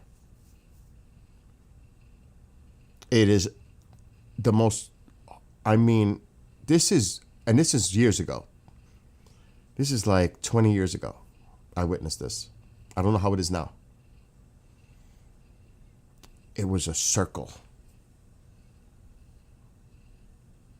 I'm like, this is horrific. And there's so many of them. This has to stop. So getting back to the station, I will do everything in my power to help veterans, to help anyone in need. What people might have their judgments, whatever, or personal experiences, negative, but I'm all about supporting the police, firefighters, EMS, anyone that does a service for the community. We don't understand how important people who drive trucks. There's so many people that do so much for all of us, and they're not appreciated. What those truck drivers do out there, the men and women that do what they do to transfer good across the country, and that is not easy what they do. They deserve a lot of credit for keeping this country running.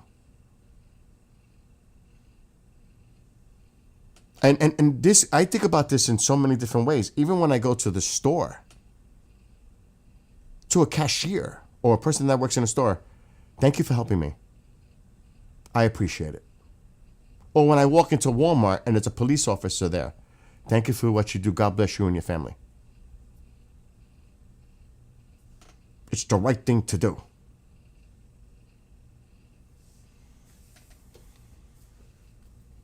We have to be more appreciative of things that are around us and don't take it for granted. They're doing a job to serve you. You could consider that a little bit. Next time you talk to them, like talk down to somebody. As a matter of fact, I'm calling his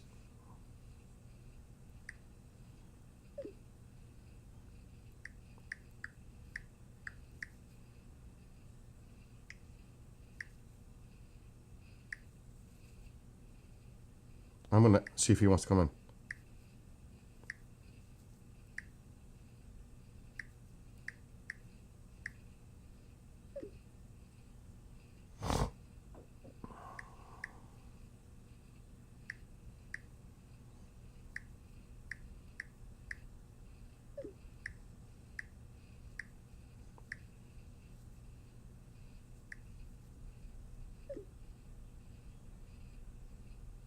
I just told him.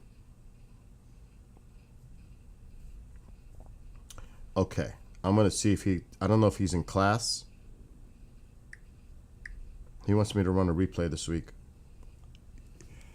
If he picks up the phone, listen to him. This is OD. Steven. What's up, bud? I'm live. Dude, I was just spilling my guts. I'm on TikTok. I'm on everywhere. I'm on like 7 platforms. This is what I privately do when I stream. This is me. This is not KJRA. This is me. Yeah. And I was talking about veterans and the things I've witnessed, what they've experienced as being homeless. And, I'm not a veteran, but I respect, I'm humbled, I'm honored to be around people like you, Stacy, all the other hosts on this network that are veterans. And, trying to help veterans in any way that we can. And you're currently very involved in this yourself.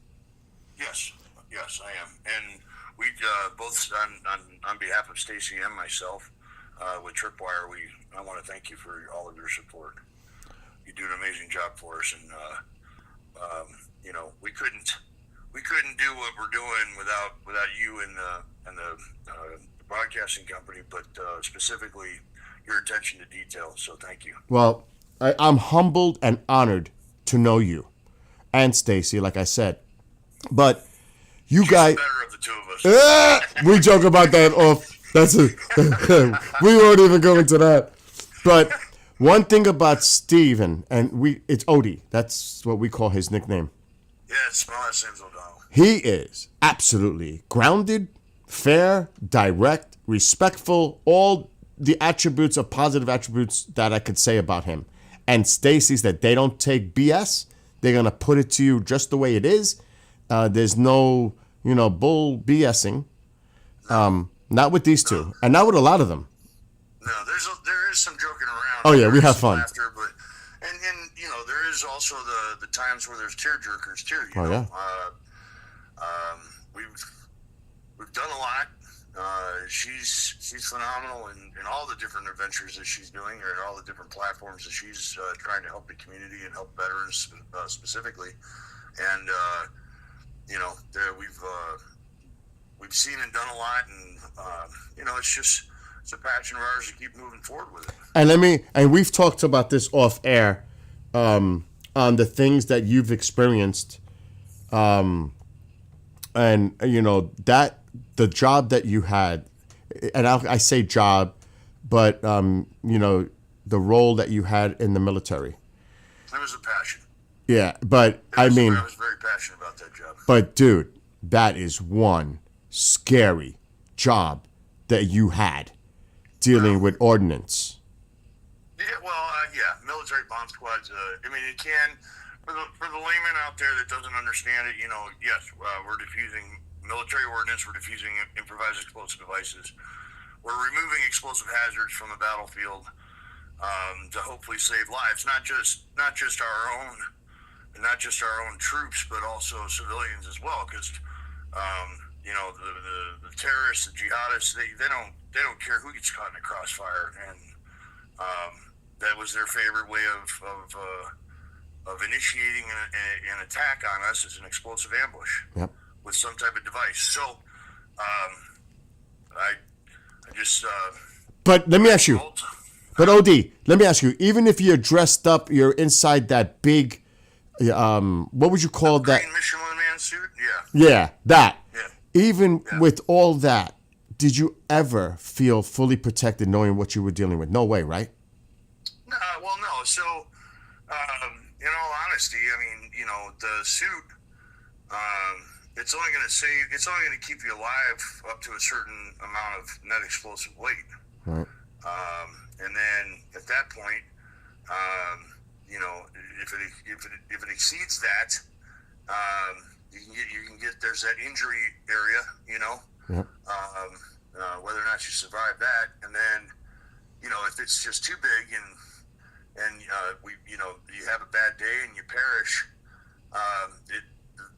it keeps most of you together, so that way you have something to bury. Wow. Wow.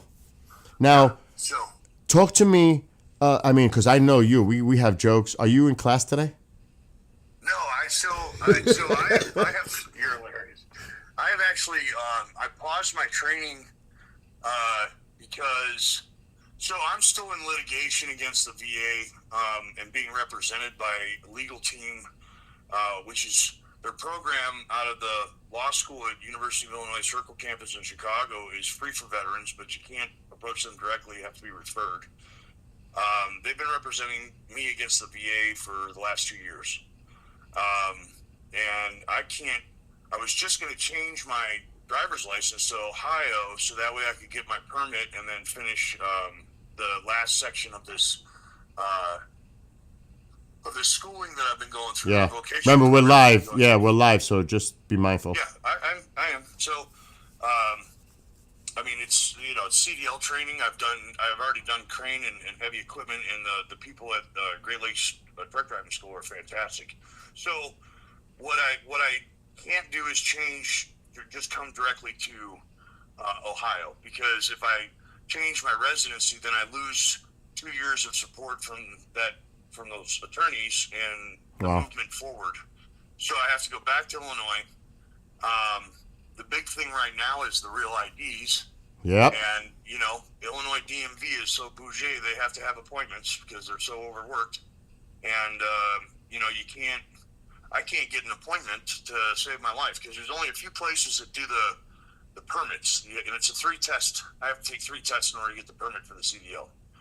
And there's only a couple places in the Chicagoland area, as far out as Rockford, that do it, which is on the west side of the state, or closer to the west side of the state. Mhm. And so anyway, probably won't get back there till after May 1st to actually like schedule an appointment, get back there, get the permit, come back here and finish up training. Wow. In the interim, the school has, because I paused my education, the school has, they went above and beyond. They've actually hired me to help with repairs in the training areas, and then also expansion in the training areas with the heavy equipment. Wow. So they gave me a job while I'm sitting here twiddling my thumbs, waiting for, you know, all these different systems to align so that I can get my permit and come back here and finish. Jeez.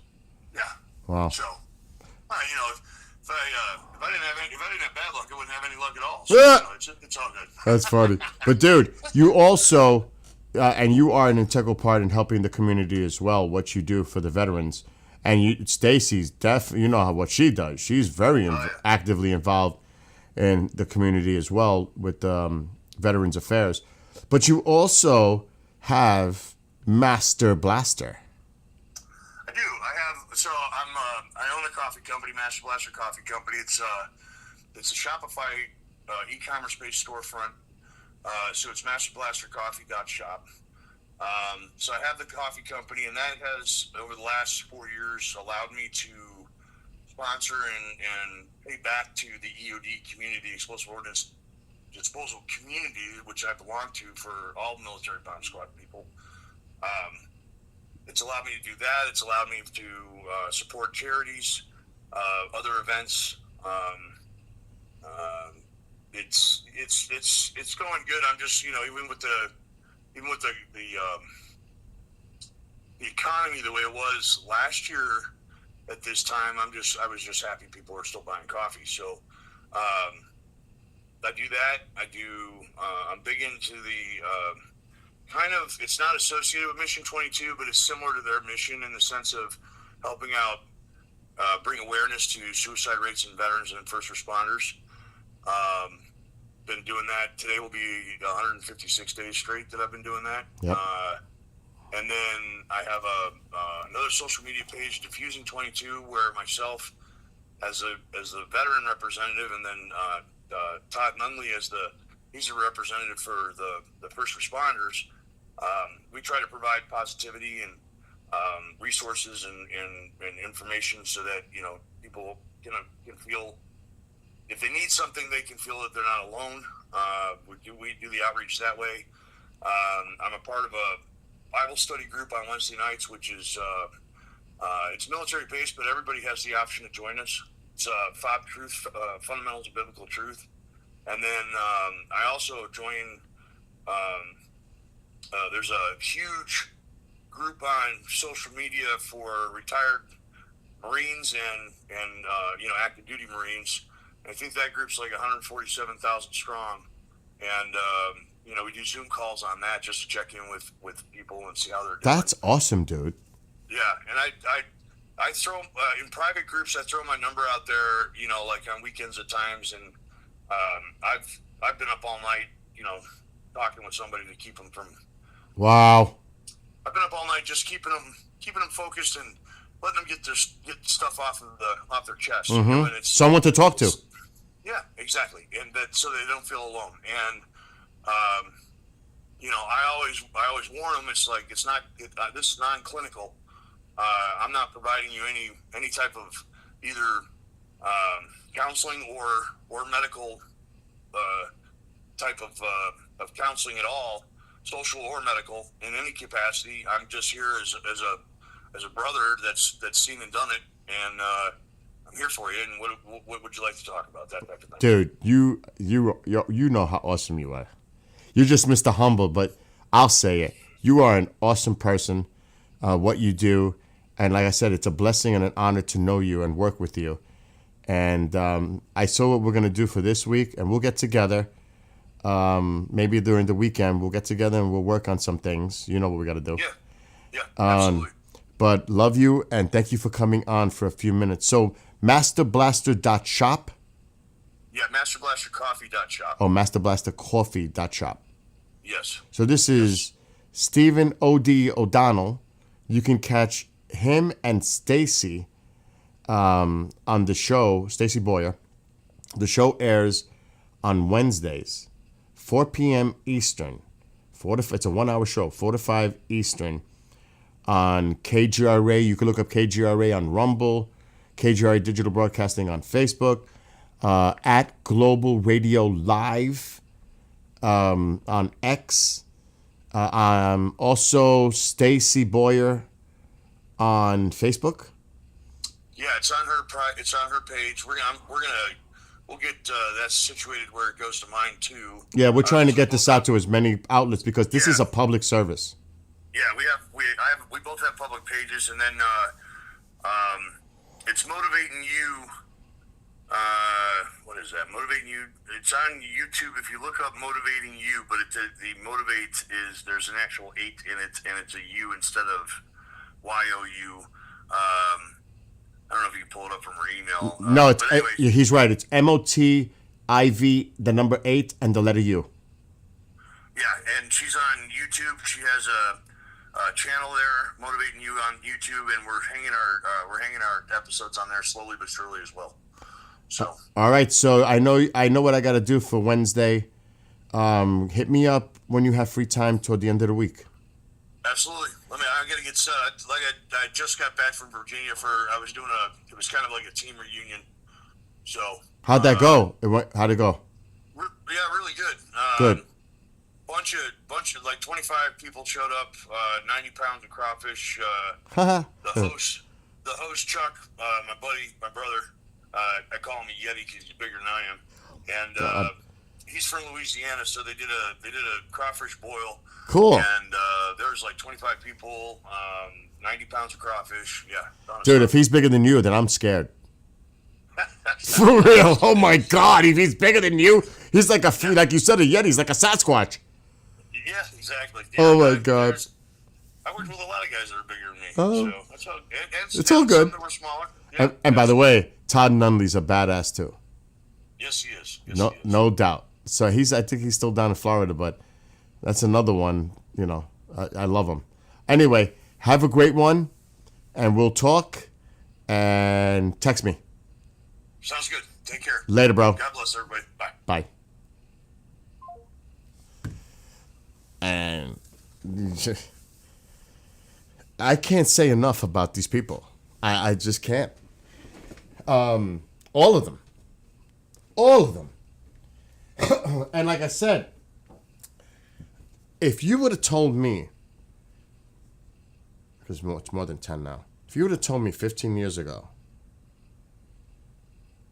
that I would be doing what I'm doing now and involved with what I'm doing now and the people that I'm involved with, I would have said, I don't ever see that happening. I mean, I could never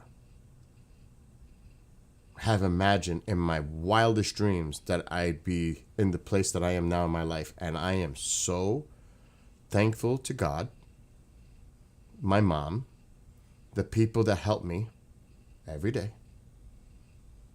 to the people that helped me get to where I am today, and the people that I work with today, and my friends who are there for me for support and advice when I need it, that I have somebody that I can talk to when I need advice or help. And it's a blessing. It's a freaking blessing. And I can't say enough. I just can't. And I'll never forget. Never. Never forget. Even when my time is short, and I'll look back and say, no regrets. No regrets. And I did something that was positive. It's okay. Let's put it this way. For example, with Odie and Stacy, they help people every day. Both of them. I'm just using them two as an example. I'm going to get off because I got to get ready for work. I got things to do. They help people every day. From their own personal time. They are committed to community. And by them doing what they do and giving them a voice on the network, and it helps people, I played a part in helping people. That's how important it is to me. Because I also am providing that. And of course, the network ownership, the people that are, the people that are on top of me that I answer to. And I also answer to the people I work with. I am responsible. So was Chanel. That's our duty, is to make sure that their voices are heard. And it's an honor. It's not a job. It's an honor to work along with these people. All of them. Every one of them. Every host. And to have that mutual respect. And it's like, I'm blessed to be sitting in this chair while they're doing their thing. And know them. And know what they're doing. And it's even incredible, the conversation, if there's time after the show. For me, that doesn't happen often. Or before the show.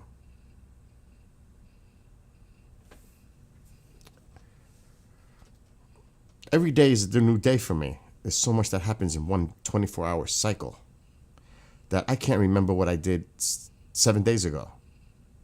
Because it's so fluid. There's so much that goes on every day in my life. And I like that. I like to stay busy. And focused on positive. And yes, I have fun when I'm on streaming here. This is my way to relax. Is that crazy? This is my way to relax. I don't watch TV. I do a lot of outdoor activities for my own health benefit, and I love it because it helps me mentally too, to get rid of all this stuff. I'm out there riding my bike. All this is gone. I'm focused on the ride, looking around, listening to my music. I'm completely disconnected. And I like to bust people's chops in chat that I can, like Nick and a mole and a few others. They know I'm joking.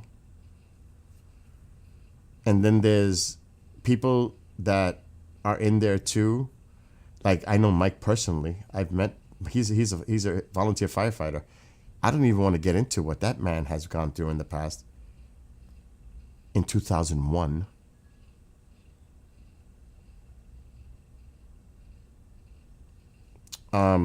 Then there's friends like that appreciate what I do and have fun, and that's Astro and his wife Fringe. She's in chat right now.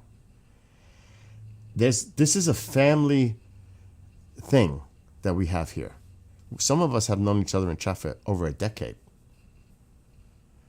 and never met, and a lot of them I have met. They've stayed over my home in this house. Like Amanda last night. She's been here for Pine Bush UFO Fair. A lot of those people eventually came and stayed over my home. And the same people they were in chat is the same people they were when I met them. Wonderful, incredible people. So that's a blessing. To be, it's almost surreal. It's like, it's not even, it's so unbelievable that it's like living in a dream. It doesn't even feel real. And like I said, yes, I get attacked. That comes with the territory. And I'm so used to it now. And I don't pay mind to it because I don't allow that. I'm very thick-skinned. I am emotional though. But when it comes to stupidity like that, you know, a Bronx boy does not get affected by stupidity like that. If you do, you're in trouble. I would have never have survived growing up in New York City in the Bronx if that were the case. Because the weak do not survive. I can tell you that. Because you will be confronted at some point. There's no doubt, numerous times, being confronted physically in nature in the city where you had to defend yourself. And if you didn't, you're really in trouble because other people are paying attention to it and they see it. And now they know you're weak and we can get you. It was like that. Because we're not talking about population 300 or 3,000. We're talking population millions. And in school, a lot of it had to do with school, with a lot of your peers around you. We're talking hundreds, not few. And if something went down, a school of over 2,000 is going to know about it. And the best thing to do, even if you knew you had no chance to win this battle, you could still win the war. And that's by standing on your own 2 feet and standing up for yourself and not cower down. Because if you do that, you've lost the war. You could lose the battle, but you could win the war. Because people will have respect if you stand up for yourself. Stand up for what you believe in. Stand up for what you think is right. Because no matter what, people can't take that away from you. But if you don't, then they see that as an opening. You're weak. And they'll attack that. You leave yourself vulnerable. So I grew up with this. I also grew up with racism. Yes. It's complicated. There's a lot of things going on. And then it started to become a problem for me now I was getting a complex that people was, even the friends that loved me, hanging out with them every day, I still was thinking in the back of my mind, do they see me as in a racial way? But they weren't. But that was in my head from growing up with that bullshit. I even had one say to me, Bill, if you keep, he was a big guy. His name was Billy. He said, Bill, if you continue that, I'm going to slap you myself. I was like, oh, shit. He put me in line. He says, stop thinking that way. Because I used to talk to him. Like I said, there's people I trust talking to. Personal level. And I want to hear what they have to tell me honestly. Those are the ones that, like Chris DiPerno and Commander and Don Ecker, to name three. There's more. Those are three that I can say publicly. There's more. And I go to them when I need to talk to someone. Because I trust them. So, same thing. He was one of those. And he put me straight. And I'll never forget that. And he was one that the others looked up to. See, and some of my friends know this. They may be watching on Facebook. Growing up, I was a leader. I wasn't never a follower. And to this day, I'm not. That's one thing. I'm not a follower. I'm a leader. And I used to be the sports jock. Yes. That anytime we played sports, I'd be like the team captain, picking out. There'd be me and the other person picking out who we want to play on our team. I was one of those. So I was very active with sports. All kinds. And we had that clique, too. There was a few of us that were really good. And we played like every day. Either on the same side or against each other. So that was a big part of it, too. And then there was the music that brought everybody together. The heavy metal. The metalheads. And nobody was thinking about politics. That I don't ever think ever growing up that politics was ever brought up between us. Ever. We never talked about politics. We were talking about hanging out, music and partying. We were just late teens, early 20s, enjoying life and having fun with each other. It was great times. So, all that was very important part of my life. But all I thought about back then was partying, hanging out, being irresponsible, even though I work. I was always thinking about hanging out. That's just the truth. Then shit happens. Then years later, here I am. Totally different. Totally different. I am not the person I was 20, 30 years ago. There's no way. Despite that, I am blessed to have a second opportunity to have the life that I have. Because that was a totally different life that happened. I've lived two lives. It's like living two lives. The past and everything that happened. And now. And do you know how incredible it is to have a second chance at life and to be engaged with the people that I'm involved with? You're lucky if you have that in one lifetime. I've had it twice. So you don't think I think of this as being blessed and humbled? This isn't no ego. This is about being blessed. And I pray to God and thank God every day.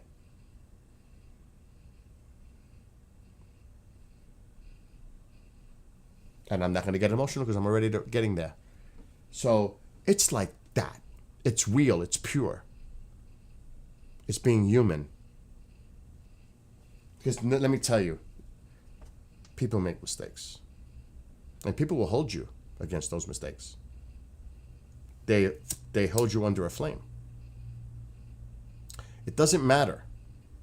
What matters is what you do for your life. Doesn't matter what comes from the outside. You have to do what's right for you. And if you don't, you're a fool. You learn from mistakes, however bad they may be. But you learn from it and you grow. You don't repeat it. And you take responsibility and you move on. And if you don't,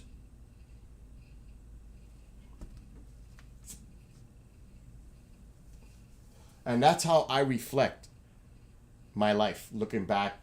I think about that every day, but not to the point where it's going to aggravate me. It's actually in pride that I worked my tail off. And I continue to work my tail off. Like as soon as I get off this, I got work to do. Immediately.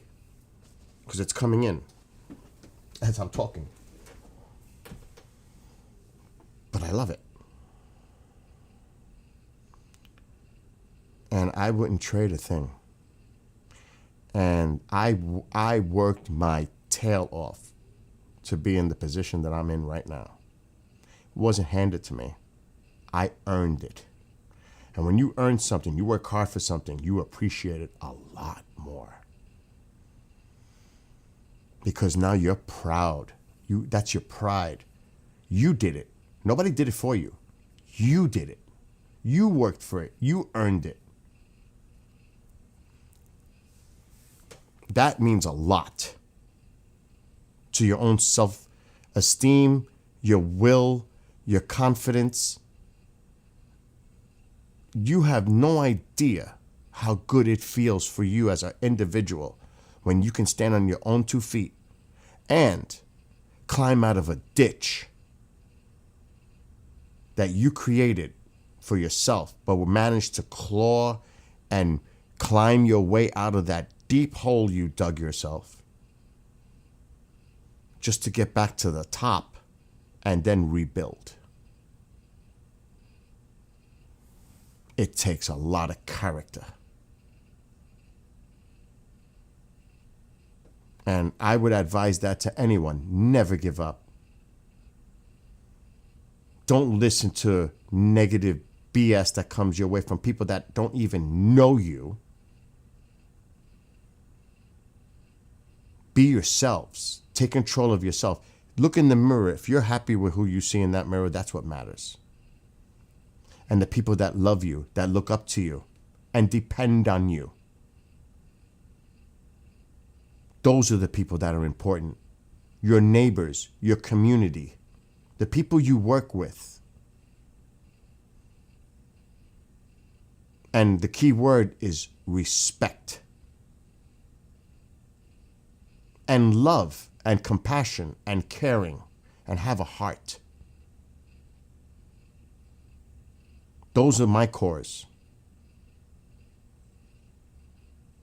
And like I was told a long time ago by someone that was really impactful, there are three different types of people. There are people that will never, ever forgive you. There are people that will forgive you but will say like, and then those that will totally forgive. When they judge. And that is so true. And you are not in the control of what other people's, how they view you. You have no control. And to be honest, for me, it only is important to the people that know me and are close to me. Then it hurts if it's negative. But the main focus is me, how I conduct myself, on how I act and my responsibilities and my actions, the consequences. I have to own up to that, no matter what I do. So that's what the bottom line is. And anyone that's out there watching, the same thing applies to all of you. You have to own up to what you do every day. And are you happy with it? Are you proud of it? Honestly. any behavior you do towards someone else, anything. Are you happy with that? Are you proud of it? Can you live with it? Honestly, being the person that you are, can you live with it? Or do you lie at yourself every day in that mirror? And you've accepted that.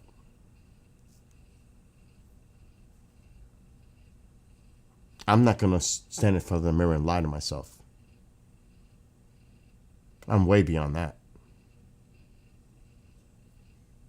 And, you know, like sometimes I get messages or vibes through another friend that I've known about what other people say behind my back from the past. They can go fuck themselves. I couldn't care less. Because I know where they stand. The worst is when they pretend to be your friend and they stab you in the back. Those are the worst. They smile in your face, but they're ready to. Those are the worst. The phonies. So, you know, there's a lot that goes involved in life every day. And you have to be aware of everything that goes on around you, your surroundings. Because it is complicated. It's not that easy. But I'm aware. Believe me, I'm aware. Peripherally, I'm aware. I know. I'm not that gullible. I'm not that stupid. So, like I said, and I'm going to get off now because I got work to do. The main thing, and it's not selfish to look out for oneself. You must. You do no good to yourself or to others if you're not doing what you need to do for yourself. You have to look out for you. And there's a lot of reasons why. But if you're going to live a productive, successful life, you have to do everything in your power to make that so. And you have to earn it. You have to work for it. You have to be determined. And it's got to be something you enjoy doing. And when you respect comes your way. If you treat people a certain way, they're not going to respect you. They may fear you or loathe you, but they don't respect you. That's not the kind of relationship I want to have with people. So that's the way I think of it. That's my approach. So, what's up, C? And like C's in chat, he's known me for 25 years. He knows the person I was. He's in YouTube. He knows the person I was. Partying. All I thought was about drinking and partying and doing this and doing some really stupid, effed up things. What? A meteor went through a roof of a mechanic shop, then disappeared? I did not see that. But I could ask him this same question. Does he think I'm the same person I was 25 years ago?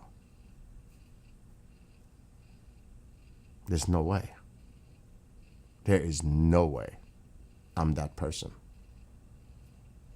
And that's what I mean. You have to move on and change and own up to your actions of the past and make yourself a better person.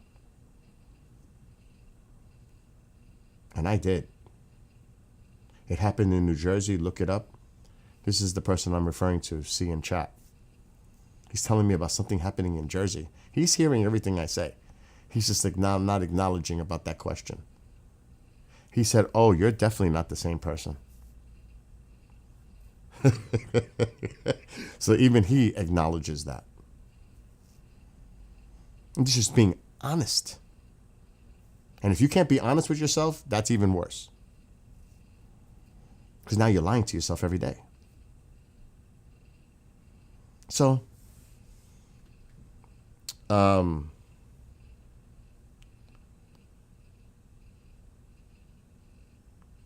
thank you, Nicholas, for that support. But that's the bottom line. And let's not get it twisted. you also have to have fun in life and go enjoy and go on vacation if you can, or go to the beach, or go whatever you do that you enjoy, because you got to have that too. I always say this: you have to treat yourself too.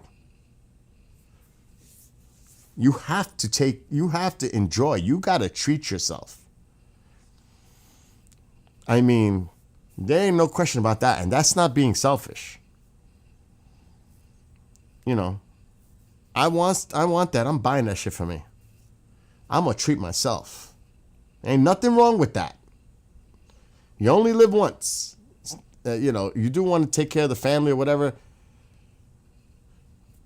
But you got to enjoy yourself too. You got to splurge on yourself too. Because you worked for it. You earned it. The least you could do is treat yourself. Seriously. And it could be the smallest thing. It doesn't have to be a big thing. But that's important too. I'm glad. I'm really happy for you, Nick. Nick says, I'm young and I believe he's 22. I'm young and still got a whole more life ahead of me. I'm a college student majoring in graphic design, and it's a starting point going into a career of my choice. That's another thing. You definitely want to do work that you're happy doing, if you can. And that's another thing. You do you, not anyone else's. You do you. It doesn't matter. As long as it's something positive and you're not doing anything negative that you're harming other things going on. If you're doing something positive, shit, like if I was going to go, like right now, I got to get off. I got to do work. If I was going to go out and do something,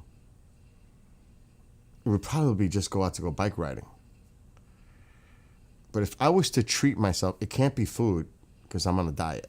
So I used to go out like, I'm going to eat some Chinese tonight. I'm going to treat myself and mom. I don't do that because I don't eat that no more. So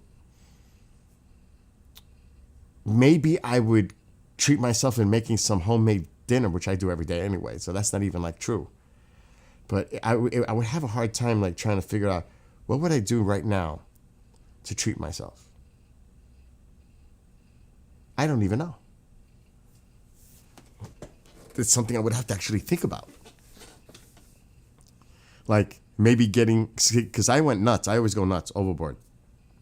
I counted. Nick was there. He was watching that stream. I counted 20 something pairs of shorts for biking. Like 30 shirts that I wear for bike riding. So I can't just go out there and treat myself for clothing for summer because I have it already. So it's hard. You know what I mean? It's hard to find something that I could just think of and say, I'm going to go treat myself by getting this. There's like nothing on my wish list right now that I would want to treat myself, that I can afford. That's realistic. So, that's good in a way. That's a good thing, I guess. And you know something? It's great to be in company of great people too. That's a treat. I could look at it that way too. That's a treat. It's nice. It's nice to see. It's nice to experience that. I'll call that a treat. It's better than the alternative. That's for sure. Like even the models. I still have one to do. But this was fun. This was leisure. This was fun for me, even though it was stressful putting all those lights in those models. But then, with all that, it was fun making them, challenging. But then I look at them and I'm like, I did that. And I'm proud of them. And I like looking at them. And it's like, yes. So even something like that. What's next? I don't know. Like what hobby? It's summertime now, so it's bike riding. It's done. That's my commitment now. Exercising, and more exercising as much as I can to lose more weight. So that's the goal. But Yeah. You treat yourself for car parts? I went through that stage with mine when I put the stereo system in there and all that other stuff. Yeah. That's funny because I went through that stage with the car. But that's cool. You know, that's your thing. That your car is your car. That's you love your car. That's your thing. And you wanna make it look, you know, awesome. I was gonna use another word, but I'm on TikTok, so I'm watching. You know, there ain't nothing wrong with that. I need an upgrade in my rims. Maybe I'll buy a subwoofer, which I have. You know, like you said, maybe I'll get these. I'll get some of these mats or whatever it is. That's cool. You treat yourself. For a lot of people, the cars are their babies. She, you know, or he, however they refer to their vehicles, because some people make it personal like that. Yeah. Like my bike. I mean, actually, I do have something I could treat myself to, but I may already own it because I always buy backup for backup. I'd like to put a new front light on my e-bike. I may just do that, not tonight because I got to work now, but I may just do that tomorrow. I do have a backlight. I think I have a front light too somewhere. But I treat myself for that. I treated myself for new tires, put them on. Yeah, I treat it. It's good. It's fun. Anyway, I got to get out of here because I got to go to work and get ready for tonight's shows. So, to anyone who's watching on TikTok, I see Ken in TikTok. I don't know if you're still there. To anybody that's watching on TikTok, YouTube, Facebook, Rumble, Twitch, Trovo, or Kick. It's lunchtime, by the way, folks, for a person. His name is Nick, the college student. So it's lunchtime now in California. So he's probably going to go munch out because I bust his chops all the time. You know. And then C, he's probably going to work right now somewhere in Florida driving a truck. I don't know if he's working today. He's probably on his way to work or he's on his route delivering. Michael, have a great day. I don't want to know. I can't guess what you're doing. But I wouldn't be surprised it has to do something with the fire department or the local things you do in your community, you know, the reenactments and all that, because I know you're big on that too, or photographing something. You are at work? I figured you were at work, see. Are you driving yet, the truck? Down in Florida? Are you on the road? Before I go? You too, Mike. Have a great one. Be well, be blessed. So, I'm just waiting to see if C's driving right now. You better not be driving and looking. That's why I'm gonna catch him. Don't you dare be driving and looking at the stream. Yeah, I'll catch you. I'll be on tonight after 10 Eastern. Because like I said, I got shows, I got shit, I got stuff to do right now. I got work to do. I'm going to eat and then get back on here and start doing some serious work because I'm falling behind. You're on the highway. You're on the highway as we speak. I knew it. Anyway, you guys and gals out there, have a great rest of your day, and I'll see everybody that is around later on tonight. Till then, have a great Monday afternoon or morning, like in Nick's case. Because, yeah, it's still morning over there in California. All right. And I'm going to go check out more about this earthquake. It's, again, another one. A 5.2 earthquake struck California. Residents across San Diego County into Coachella, where thousands were gathered. Oh, I'm definitely going to have to look into this more. Did you feel it, Nick, before I leave? Were you near this epicenter? Were you anywhere near this quake? This 5.2? And this was a while ago, so is there any aftershocks? Oh, it's way down south? Okay. Well, I'm glad. I'm happy for you. I ain't gonna. I'll leave it just like that because I'll get in trouble.